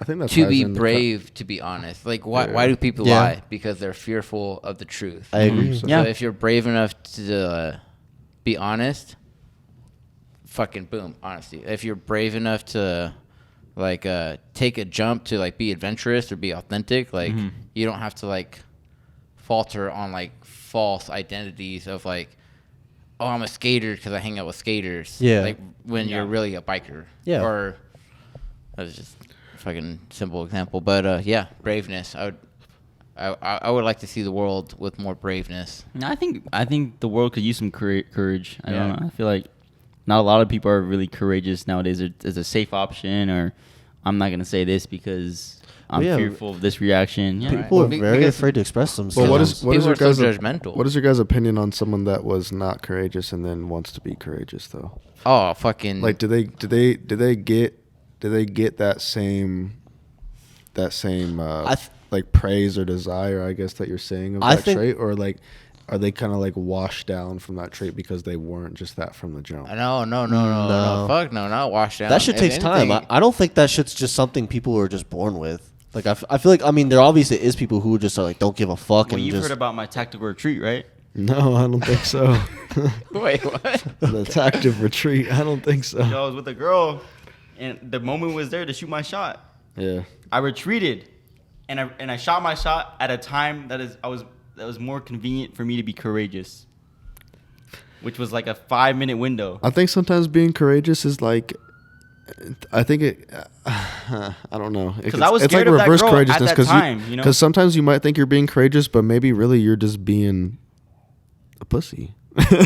Right, maybe you could have been more courageous for not being courageous. So like you're kind of a pussy, but like when you're a pussy, you're like, oh fuck, I'm being a pussy. I gotta go do it. Yeah. And in a sense, you're being brave because you overcame something you were fearful of. I think that's more desirable than outright being courageous. I think the fact of knowing you're not being courageous in a moment, and then you actually realize that, and then you're like, fuck it, I'm gonna do it, and then you do take that step and actually do it, I think that's more desired than you just doing it outright in general. That's the greatest riz of all time. Desire the fuck it trait. Nah, not the fuck it trait. No, you're like, Sounds like a. But it's like the. I desire the journey it takes to be courageous. Ah, they're fucking Like, rocking in the quotes tonight. Yeah. I was doing the fucking heat and dropping the salt high up to get all of the fucking salt everywhere. I think watching someone go from like being timid to like transforming into like a courageous person, or taking like a step to be courageous, I think that shit is very desired. But you gotta be willing. You gotta be willing like, to give that fucking person the opportunity. Pre-tank and then post-tank. Yeah, exactly. That's what I'm saying. Do you feel the journey is a long time, or do you think it's an instant moment? Because maybe it takes a long time to get to that instant moment. Yeah, I don't think it's an I think instant that's moment. exactly the. I think it's the a right long way to time. describe Yeah, it. It takes a long time to get to that instant moment. Because it eventually, has to be eventually it Yeah. becomes an instant moment, but it takes a long time to get to the there. instant Yeah, moment. So it's yeah. That's like a great way to put it. It But doesn't- What happens in that long time? That's what I want to know. A lot of Just experiencing more. self-reflection experience. I think it also Or takes failing. The more times you fail at being courageous, will lead you to. Being, I think mistakes is a good answer to that. A lot of mistakes comes in between that, I think. You got to shoot your shots, you know.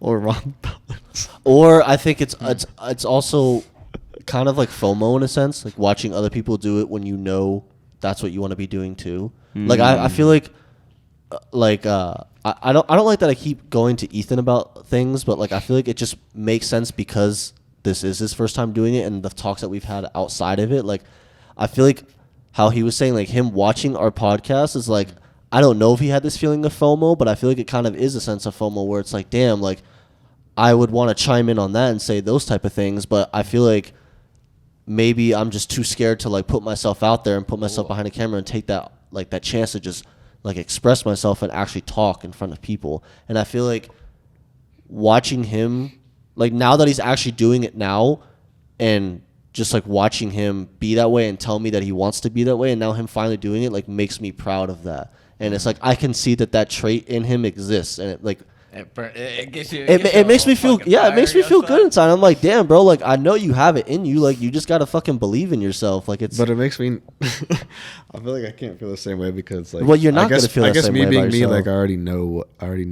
You know you're certain capable things of that it. I already know. So Certain it You doesn't know you're surprise you. capable of So it, it's but like- it yeah, to me it's just like. Yeah. Well, thanks for finally realizing that. It's like a lot. Get with the times, bro. It's like I appreciate a while that. to fucking see that in me. but it's like, I mean, shit. Sometimes that's what it takes, though. Like For sure, Yeah, 100%. that action I appreciate to, like, that though. The awareness of being aware. He was already aware. He just became aware. That's the aware. Yeah, but it's like those people that always talk about like, oh, I'm gonna do this, I'm gonna finally do this, like I'm a fucking get in the gym, I'm gonna get jacked, and then they fucking just sit on the sidelines forever, and they just make these excuses as to why they can't do it, and they're always just so scared to do it, and then it's like you finally see them fucking just take on the gym by themselves, or they ask you to go to the gym, and you're like, fuck yeah, dude, like I know you had that in you the entire time. It's just like, why did it take so long to get there? Mm-hmm.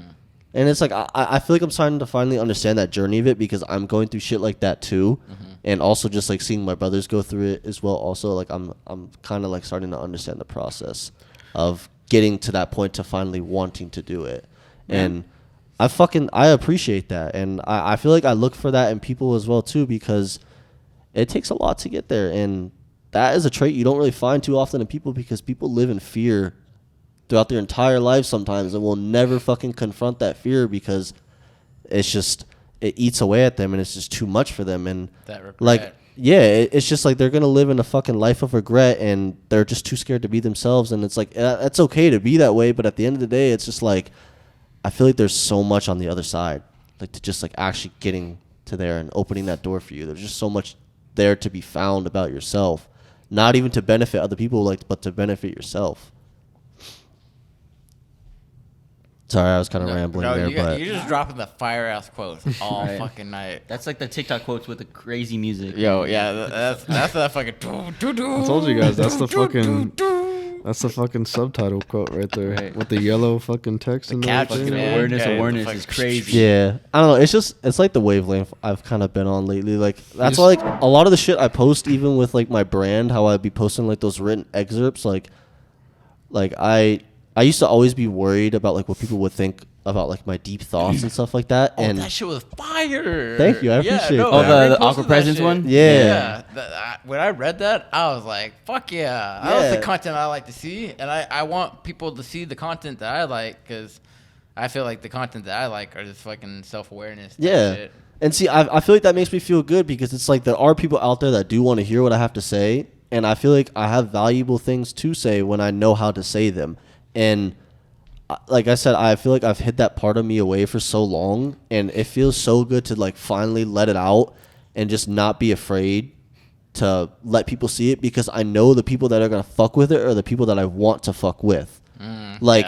Everybody that likes that shit is the people I actually like and I fuck with and I want in my life, because I know that because they like that stuff that I'm putting out, that's my authentic self, and I know those people know that they're authentic in themselves as well too. Like they're not afraid to be them authentic selves as well. Real recognized real. Yeah, that's a better way to put it. But even if they're not real right now, maybe one day they can be real.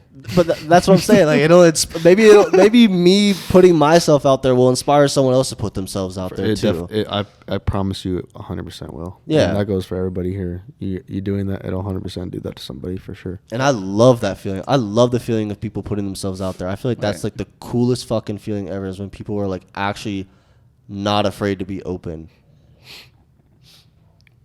It's like when I would just sit there and polish and only react to what you guys are saying. Yeah. And then like I decided like, hey, I wanna show them who I am, and I started hitting you guys with stuff.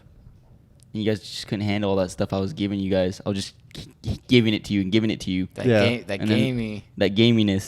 And you that and my gaminess just overwhelmed you. I know. Because I used to just be like, ha.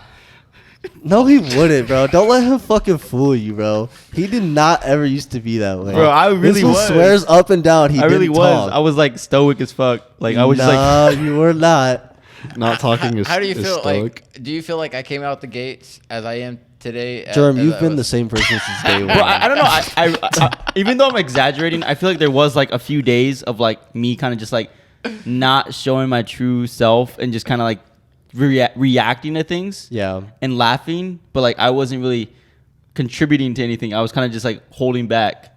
But there was a point in time where I'm like, sure, I will like show more of my personality. But I mean, you're dipping the toes in the water, man. You're right. like, is it warm? Is it cold? Do you feel like and then you fucking cannonball, fucking triple axis backflip, fucking boom, belly flop. What's up, bitches? I'm in the pool, and then we're all fucking pool party. do you feel Lifeguarding over us. Do you feel like once you got to that point that you continue to be that way, or do you feel like you struggle with that like off and on constantly though? Like in new environment. Like do you feel like I every in, single day that you are 100% that way, or do you feel like there's days where you're like, fuck, I could have been more this way? Currently, I'd say yeah. I pretty much 100% every day. That's good. I think like, but before like kind of like, because I was literally just observing things. I wasn't really like kind of trying to impress anyone or put my foot forward. I was kind of just like treating work as a job. Like I wasn't like looking for any friends out of it, but I just like going through things. Like I really do think like with Jeremy, I did like kind of show more around him because we would go through like really late closes. Like I would take everyone's shift and I would just close with germs. Like we were fucking. So we were in the trenches together. Well, so it's like solo type. But thing, kinda, or when we would do like thing. the closes with everyone, like me, you, Dane, Germ, fucking Thomas, Justin, all of us were in the mud together. I know, right? We were all there. Like when we would have those moments just laughing. I'm That shit like, was so fun. I'd be like, dude, this shit is fun. Like I need to just stop like holding back and just show everyone that this is who I am. Like and and show more of my personality. Yeah, It's like yeah. I do think it's probably hard for you guys to kind of see. Damn, there's no way that Dimitri wasn't like that at a point in time. But there honestly, there kind of was. The fucking gulag, man. Yeah. The gulag brought out the men. Right. And women. Yeah, Gisele Bean. Gisele Bean. She the fucking real one. She's authentic. I love Giselle. Giselle's Giselle's awesome. funny as fuck. She's fucking real. Shout out Giselle. So who's the best in the gulag then? The best in the gulag. Like most Yeah. headshots? Like yeah, Who's like got like the most kills all the time? Always makes it out. yeah. Who's the one that handles and would handle the gulag the best if they were back in the gulag? I feel like Rolando would. Wait, But are we he wasn't- talking about like he wasn't work there. wise, or are we talking about like conversation? I'm just talking about existing Existing wise. Fucking Justin, dude. That boy went through the psych ward for a month straight. Yeah, that boy Justin's trade. No. So that shift is fucking fucked, right? And he was doing that shift every day for like a month. But me and Kyle, we spoke up about it, and they threw us in the fucking psych ward. I was like, damn, this is what it's like standing up for my brother. Damn, I maybe should have kept my mouth shut. I should have held my tongue. Yeah, they showed us real quick what fucking But- being a team does. But it goes to show that like, hey, he was strong enough to go through all that shit and just deal with it. And he was even thinking about quitting and stuff. He's like, I can't do this no more. We were like, hey, don't do that. We'll step in. We'll help. Like, Yeah. but that took some fucking strength. Because I feel like For a lot sure. of us, when we were going through that shit, bro, people were complaining after 1 day, 2 days, 3 days. This dude did it for like 2-3 weeks straight. And we're over here trying to like talk to him like, oh damn, we're gonna try to get you like more shifts. We're gonna. Yeah, I but told he us was swi- not getting them. I told us switch. I think we Yeah. tried switching, and they like denied it or something. Right. It was like cancel that shit. That fool fucking G.I. Joe just would never accept it, bro. He would just fucking leave that shit on red. Right. That's right. That's They right. fucking got rid of G.I. Joe. Yeah. Rest in fucking piss. You better hope something you don't happen in G.I. Joe. I like I'm G.I. sorry. Joe. I was tight with So G.I. basically, Joe. they had that fool in solitary confinement, basically. Yeah, Pretty basically. much. Yeah. Yeah. Solo dolo. In the white room. Yeah. The fucking back With the rooms, fucking bro. splatters. Gumbo splatters. Crazy, dog. But yeah, he had some fucking mental strength and some physical resilience. And the piggy bank wasn't all that over there. That shit was dog Yeah. shit, bro. That shit was fucking. That shit's just as bad as the lunch shift, honestly. I mean, I wouldn't. It's just kind of worse, honestly. Nah, I don't know about that. I mean, well, for me, like I'd be risen during those lunch shifts. So, Oh yeah, it kind of goes by. That boy got a reason to be there. Honestly, Kalisto is more chances of. Ah, shit. I fucked up, but there it is. They have more chance for side tips, in my opinion. I got a shit ton of side tips. I got maybe like 1 or 2, but that's honestly probably because I just didn't give a fuck. Whenever I would get scheduled there, I would just do what I had to do, and that was it. Yeah, if you want to make side tips, that shit's on you. Yeah. And you got to be willing to not make them, to make them. Jeremy, you wanna? Yeah, I don't. Was that all your topics of the night?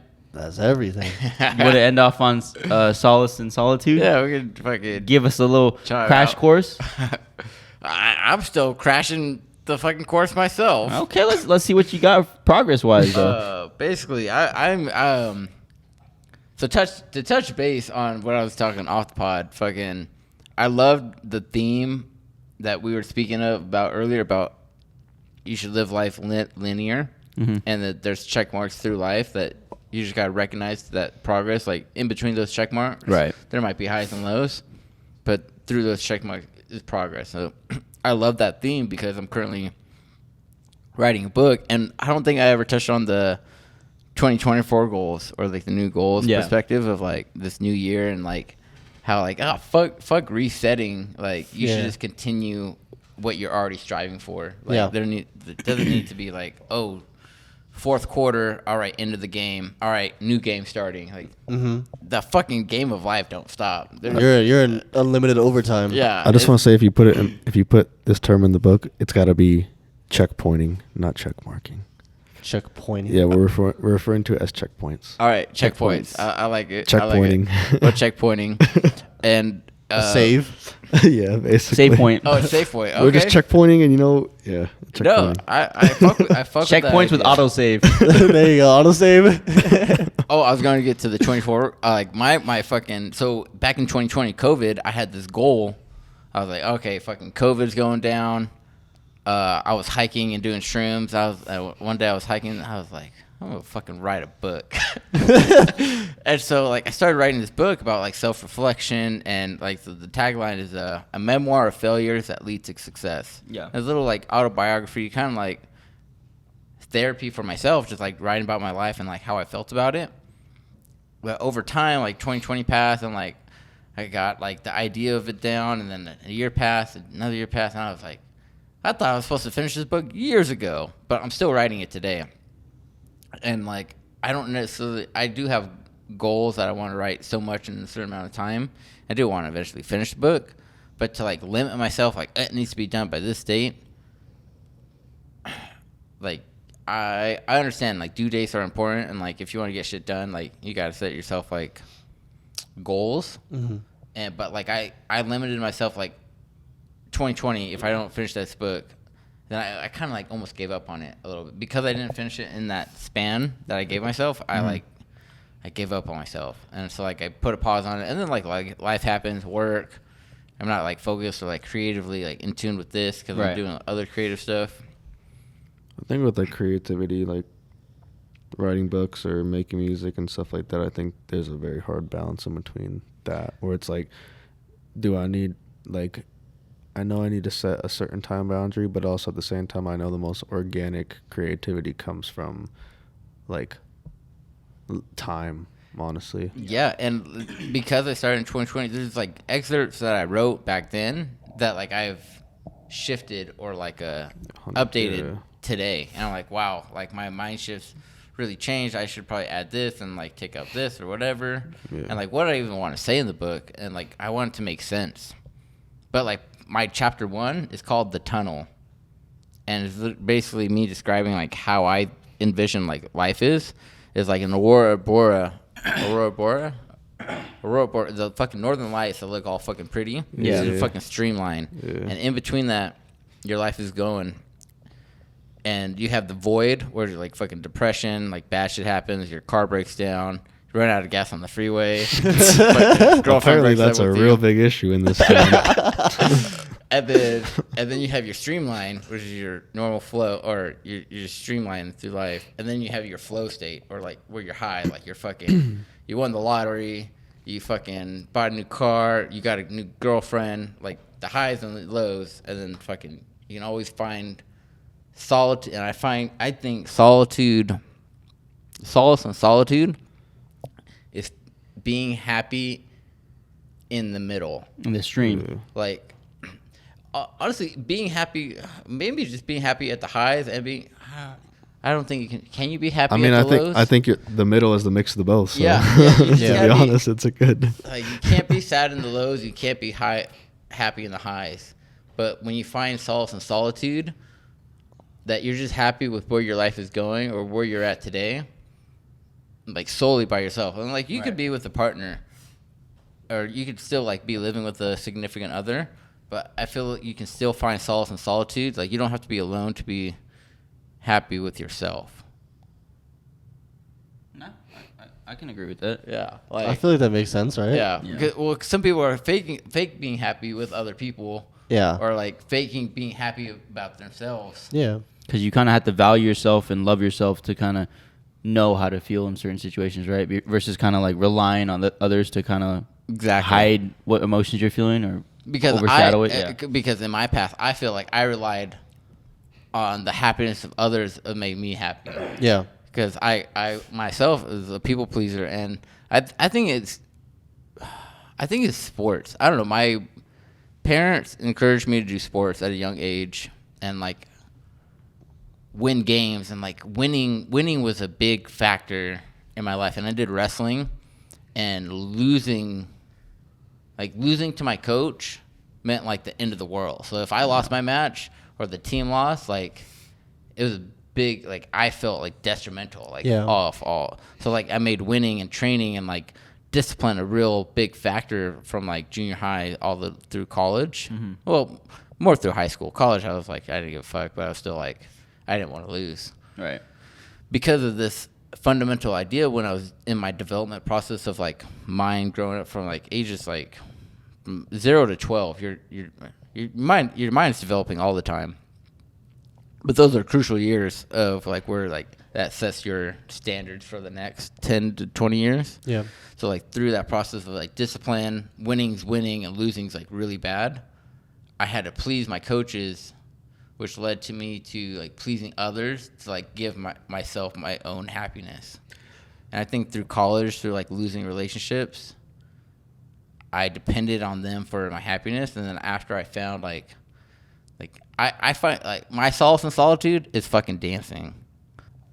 I could be fucking super sad, but if I find a fucking groovy ass 80s funky funk and I just start moving my hips and doing the little shoulder shimmer, do the peely dance, I get my solace in solitude. I'm just like, man, I'm fucking dancing. Like I have the capability to listen to music. Bro, I'm feeling like the urge to just emote right now. I'm scrolling through my emo wheel.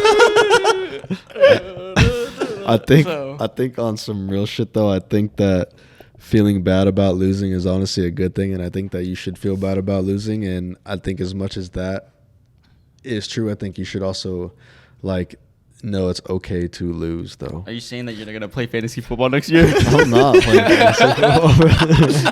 There's no shot. You're saying that I'm just saying like the emotions that you felt when you were growing up, you're saying that you felt when you were losing. I think that maybe at the time you obviously didn't necessarily know how to process them correctly, but I think as strongly as you felt about losing, I think that we should all feel that way, because like it's like honestly, bro, like we shouldn't lose. Like you should want the best for yourself. Like we shouldn't lose, but also we do need to take like humbleness in losing too, though, and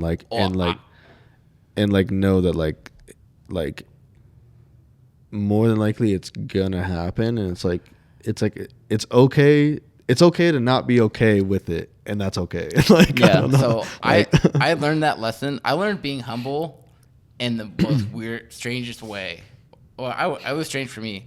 I won a match at a tournament. It was a local tournament, and I won a match, and I slapped them out. I was like, yeah, I was stoked because it was a dope ass win. Like how I won, it was a close match, and I was fucking juiced. I just fucking yeah. Like if I could do a backflip, I would have done a backflip, but I didn't because I couldn't at that time. My coach is fucking scorned, like fucking dead eye, like fucking you didn't win shit, man. Like this ain't shit. You're in a fucking high desert. Like he really put me in my place. Like he was like, you didn't win shit, bro. Like you didn't win a match, you didn't win the Olympics. Like he was like, this ain't nothing. Like I fuck with that. Fucking go shake his hand. As it is, I fuck with it though. I respect my coach. Like he taught me a lot of like valuable lessons in life. I actually called him a couple years ago. And I was like, just thank you for like all the lessons he taught me. Coach Hopkins, man, Adam Hopkins, fucking Chippewas, Central Michigan.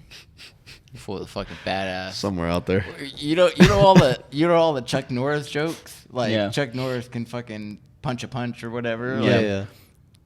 Hopkins was our Chuck Norris. Like we would be like, oh man, if fucking the world is dying, or if there was a meteor crashing to the earth, Hopkins would just double leg that fucking. Double leg is crazy. Yo, fucking. Double leg of meteorite is crazy. Hopkins was our Chuck Norris, but yeah. So I became very humble when I was excited for my victory, but the victory didn't mean a lot for other people. It meant a lot to me, but it didn't mean shit. And like this person lost right in front of me, so it was like sportsmanship, being humble, and like he really scorned me for like fucking almost trying to do a backflip. That was juice. But let's see. Where was I going with that? Being humble. Apparently Solace. Yeah, Solace and Solitude, dancing. Being okay with, like, I guess, winning and losing, like finding the balance between. Oh, being okay because I was people pleasing, and like I was afraid of losing. So like that was that afraid of losing jiggled into my own life of like not being happy because I was trying to please others, and if I didn't win with them, I lost in myself. Don't you think you're somewhat people pleasing by holding back your happiness for like winning? Because of how other people are feeling, of you feeling something like you did something great and accomplished something great, and you toning it down. Don't you think that's somewhat people pleasing? I think I value the art of humbleness, but I do think that like you should celebrate your own successes. Right? I think the amount I celebrated for the He got a flag for excessive celebration. It was like the two pumps. Yeah, three pumps. So Key and Peele. Key and Peele. I don't, that's a good question. Honestly, I think that it was just a situation and like because like I'll give you an example, right? Like, well, I fucking didn't do well after. Because okay, I'll give you an example for soccer, right? Yeah. The year before we won, we lost in the final twice, right?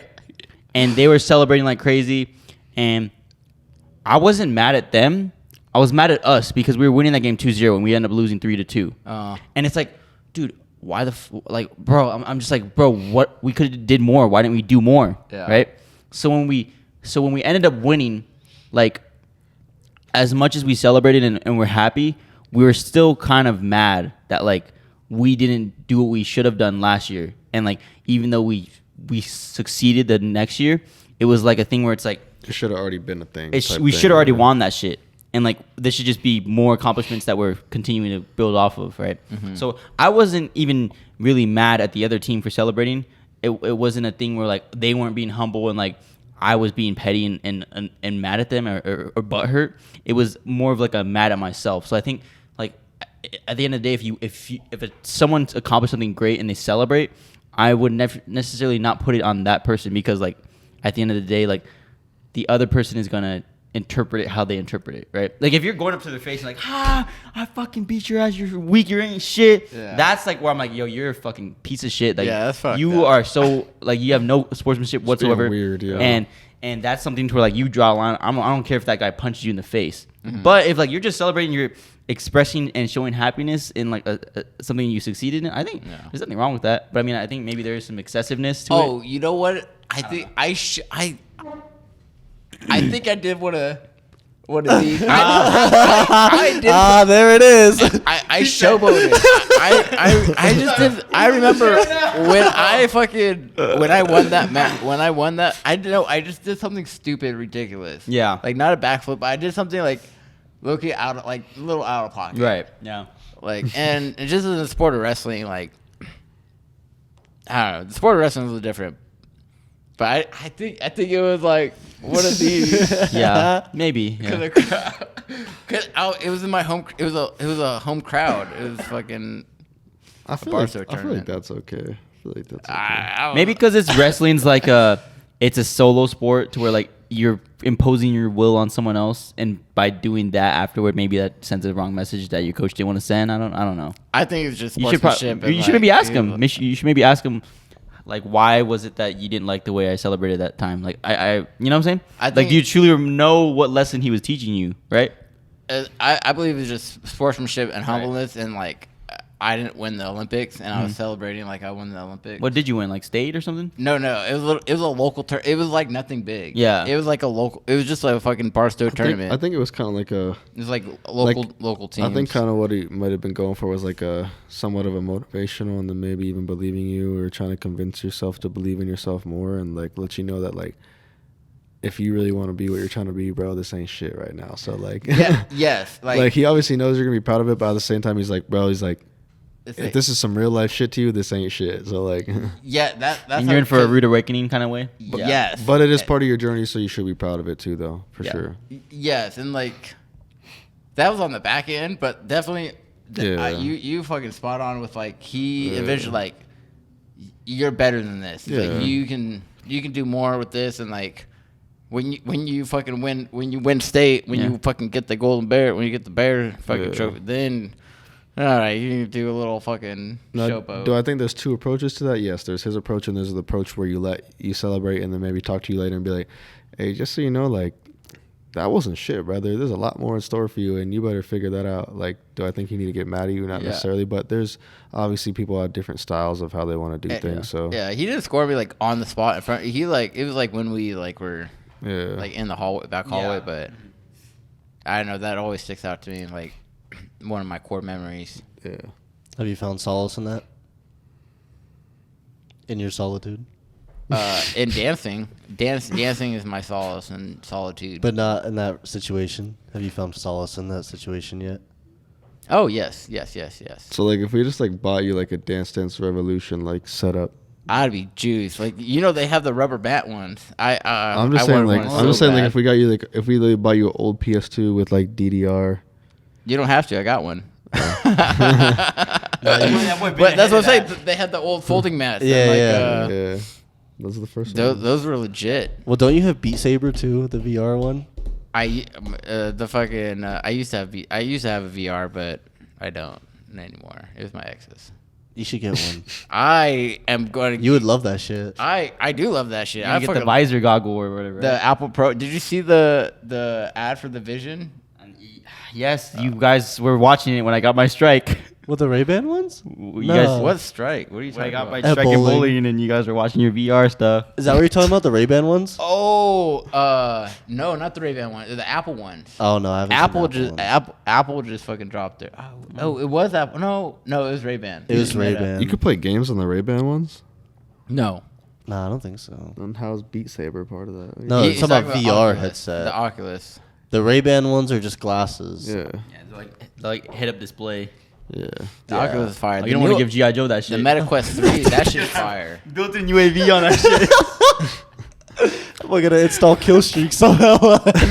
So let me ask you guys: have you guys do you have a perception or thought on your own solace and solitude? Like, do you guys find ways to be happy alone, even if you're like in a house with like your brothers or like with family?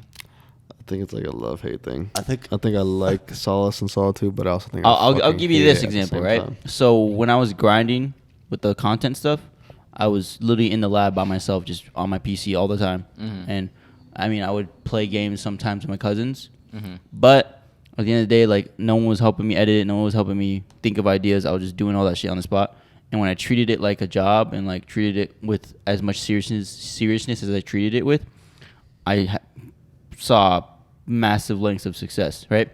Versus when I am like kind of not giving myself that free time to kind of put it aside and do the work, then yeah, sometimes I'll kind of like avoid it and I'll lean more onto like hanging out with friends or family or like doing things that are fun and like instant gratification kind of things. But I'm not necessarily like putting in the work that myself I need to focus on and put my head down and grind. So I mean, I guess there's a sense of that, but like I do think that I just need to find the balance of both. Because when I was in the lab by myself and stuff, I wasn't necessarily happy in some of those instances. I was kind of fucking a down spot, and I was just using this to kind of like as a vessel to push through it, you know? So I think I'm happier now than then, but I was more successful at something I was passionate about back then than now. So are you saying success is your solitude, and to get to your success? I'm just kind of giving you an being example of solace. how I deal with things by myself versus when I'm around people that I value and cherish. But I'm just kind of saying, like, you kind of need to find a balance of both in that. I don't think that necessarily, like, being comfortable on your own and, like, in your own solitude, that's the way to go about things, because I do think you can get into, like, dark headspaces when you're kind of in by yourself and not really around others. Well, that's what I'm saying. Like, Yeah. what is the action or thing you do to get out of those dark spaces? Like I said, I think that's how to me, I feel like it is. editing? I feel like it is. No, I honestly think it's spending time with others. Sweet, that's gonna say You know what I'm saying? I just Because- there's like 5 different times because, today like- I've had a bad answer. Because for things, but like because like if Sorry, if I am just continuing to be on my own, Mm-hmm. then I'll just mask certain feelings with like busyness. Well, Right. that's the whole point of finding solace and solitude is to, I don't want to say depend on others and to like remove that mask. Like, how do you show your true self without any outside? Like, what can you do to be like, like for me, I can fucking start dancing and like, yeah. How do you get your What's your taha moment? without an outside? Maybe it's force? maybe it's the gym then, I guess. Maybe it's the gym or soccer. So exercise, so like Yeah. sport. I think Yeah. soccer for him. Sport- Kind of sport. like going through like a physical mental battle, and it's dictated solely on what you can do for yourself, right? So I think, yeah, like soccer, you'll see progress if you continue to go out on the field every day. Or with the gym, I think it's easier to do it with the gym because soccer kind of it requires a level of skill and a kind of discipline to where, like, if you are in a bad headspace, maybe you're not gonna be performing the way you want to perform if like you're in a bad headspace. I think at the gym is easy because you're just lifting things and you're just kind of confronting like all your problems physically through an exercise. I think maybe the gym then, if we were to be real. The question is basically, what is like your tried and true activity or method that gets you out of like a bad headspace, or like that helps you through solitude? So, who wants to go first? Sounds like he wants to go first. I think that you're obviously asking for like an action of how you do that, And maybe it's not maybe it's not an action. I'm honestly trying to find other people's like. I want to know the world's. I think that way. mine is just. I think a big thing is like learning to laugh at yourself in a kind of a healthy-ish way. Like, you know what I mean? Like, I don't know. I like that. It can be kind of unhealthy, but like I think that like learning to be able to like laugh at yourself definitely helps. Like, just like even if you're laughing like a fucking psychopath by yourself, like just like being able to just like fucking just laugh at. I was laughing like things. Aaron Yeager out here. I don't know who that is, but Yeah, I don't know who that just is. like just like laughing at yourself or the things that you're going through, and just hitting a psycho laugh and just hitting a deep breath after it. Like, honestly, I think that's probably mine. I mean, I've done a version of that. Yeah. The Joker laugh. Like the pathetic, you're like, oh, pathetic. I don't know if I want to go that far, but- maybe that's just Dimitri. And then you got to be like, all right, but now I'm stoic. You know, then you wipe it. I mean, yeah, that's it. Yeah. I digress. Or wink. No. Digress. What? Doesn't that mean to You know pull what? away? I digress. I don't know. My English teacher told me, like, you can say fucking whatever you You want concur? during a speech. You can say fuck this, fuck that, like fuck what you think. But I digress, which means like I take back I everything agree I to just disagree. said. No, I digress means like I digress. I is just take like everything like it's like a peace treaty agreement everything. type thing, right? Everything I just said doesn't really mean shit. Let's just move forward. Yeah. Oh, okay. So basically, Like, like I you digress, get to vent, but you also get to like validate it by invalidating this shit. Like, It's like fucking Kyle. Like, oh, he's a piece of shit. He's an But I asshole. digress. But I digress. I digress. Yeah. You speak your true feelings and then you invalidate them real quick so you don't get fucking canceled for them, basically. I mean, honestly, but like, don't you Exactly. genuinely feel that way sometimes? Like, sometimes you feel like you said something that you feel, but then you also don't know if you really felt what you said that you feel. Yeah, like, I love you. I digress. I don't know about that, I dude. plead the fifth. You probably shouldn't go that far with it, but You're up now, Kyle. That was a real good answer, though. Appreciate I that, like man. that. Yeah. It's my It turn. doesn't have to be an action. Me? What I find solace and solitude? Yeah, I don't want to limit it to an action. It could be like, where the fuck do you find the most inner peace, happiness? Inner peace and happiness. I have a few methods, honestly. A few things I do. Let's hear it. I mean, so do I. What is yours? No, I actually do have a few things I do. I cycle through them, honestly. I bet you do. I cycle through mine too. You use your right hand, then your left hand, or your left hand, then your right hand. I use both. I'm talking about the Fucks his hand. Get your mind out the gutter. Anyways, depending on how intense I'm feeling, I either vent to someone or I'll journal on my own. And I'll just talk to myself in my journal. That's good. And then that's how I kind of like let a lot of negative feelings out, or how like I manifest things into my life. But that's usually if I'm going through something like deep. Like if I'm going through something that's been like eating away at me for a while, I either have to talk to someone about it or I have to just fucking write that shit down. I'm surprised no one said going on a car ride or something. I'm honestly surprised. I fucking hate driving. I hate driving, I so fucking yeah, hate I agree. driving.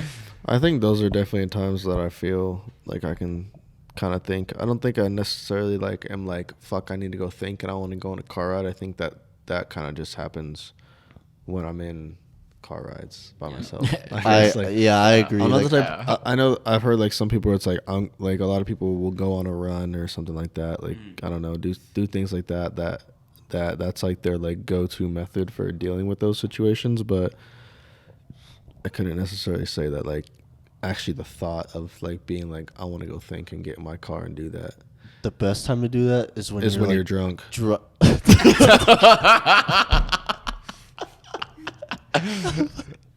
It's not. I was gonna say- he digresses. Yeah. He digresses.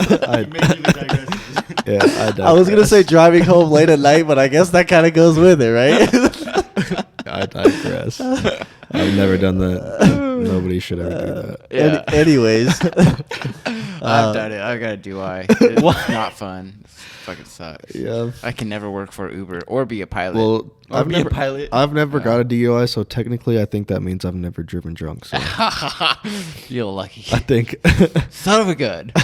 nobody knows yet, but you. Yeah. That's basically what it So, means. moral of the story: don't drink and drive. Sponsored by. only if you don't Budweiser. get caught. Yeah, I was gonna say Coors Light. Modelo, sponsor us. Sponsored by. Anyways, My other yeah. solace and solitude. I don't know. I like to take Hot baths. Sauna. Epsom salt bath. Rub the lotion on his skin. Bubbles.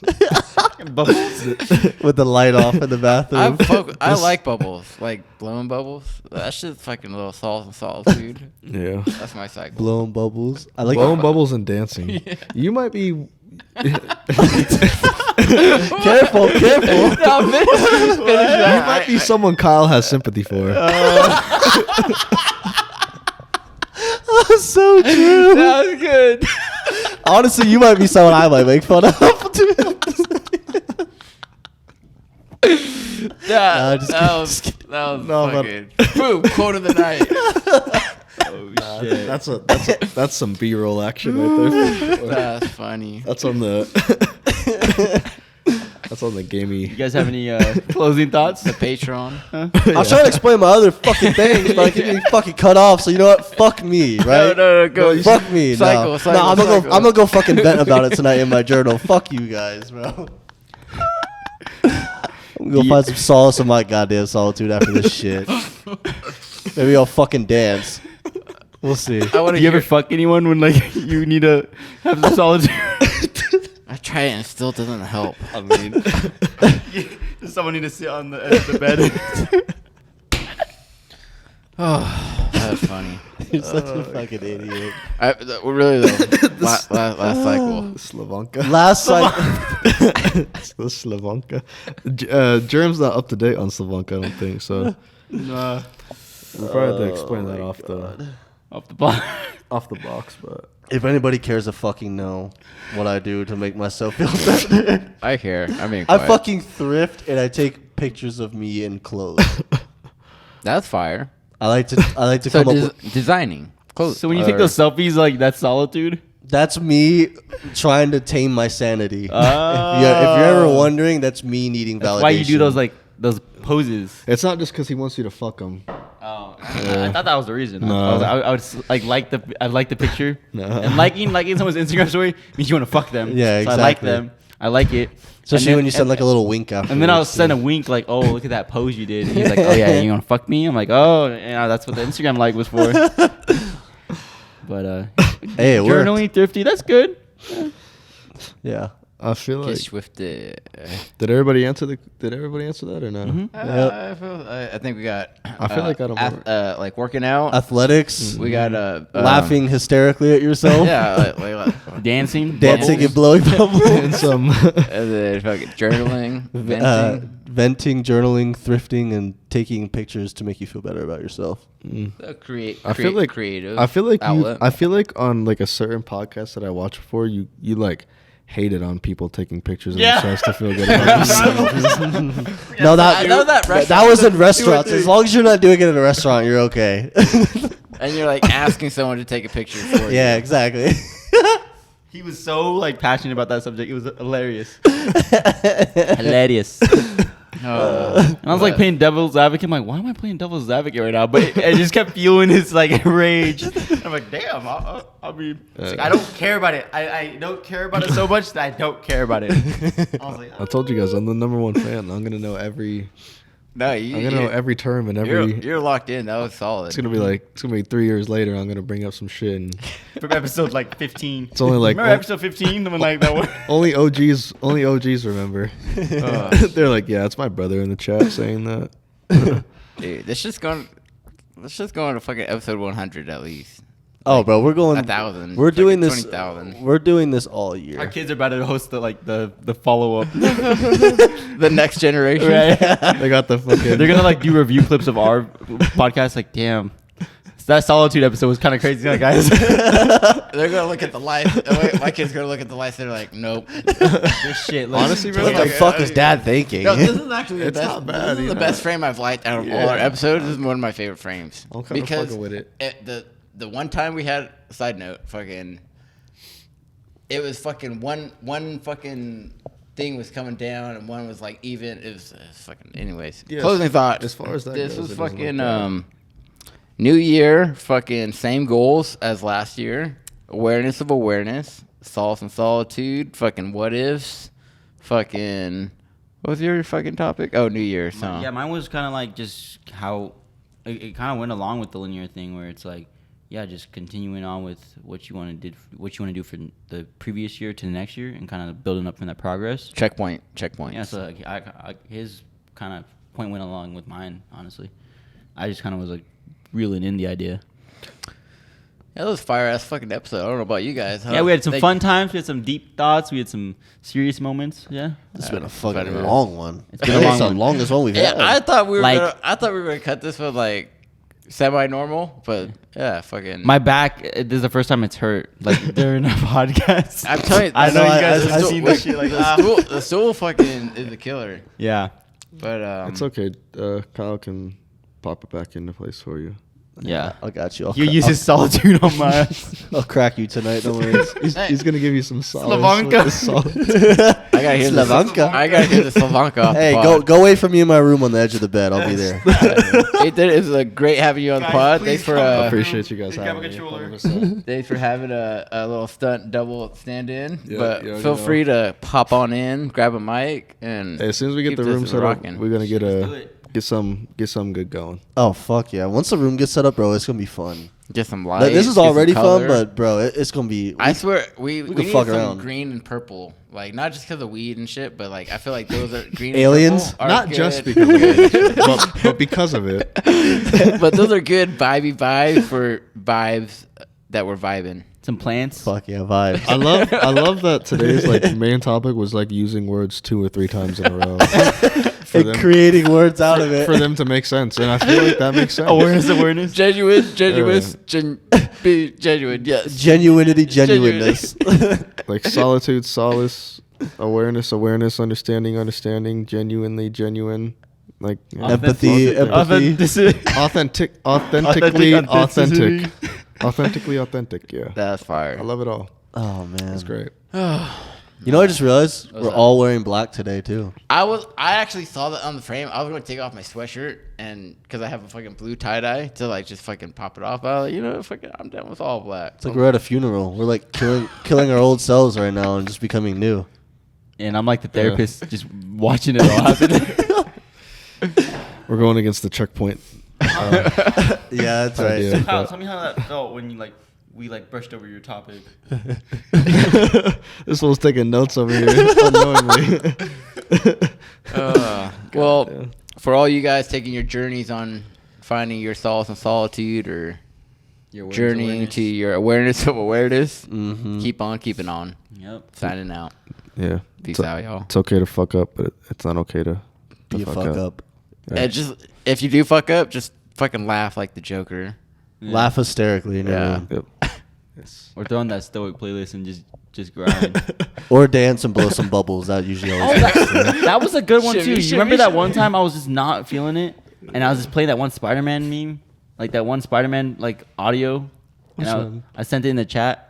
And I'm like playing this on repeat. for Oh an hour. yeah. That got me through Yeah. it too. You That's know? like equivalent to psychically laughing at yourself. for Yeah, sure. like stoic audios from TikTok. Yeah. Delusionally watching videos and just fucking. Just brain rotting yourself to happiness. That works too. What was this, episode 6? This is episode 6. Episode Closing 6. out. Episode 6, closing out. See y'all next one. Peace out, y'all. Hopefully you're there, Justin.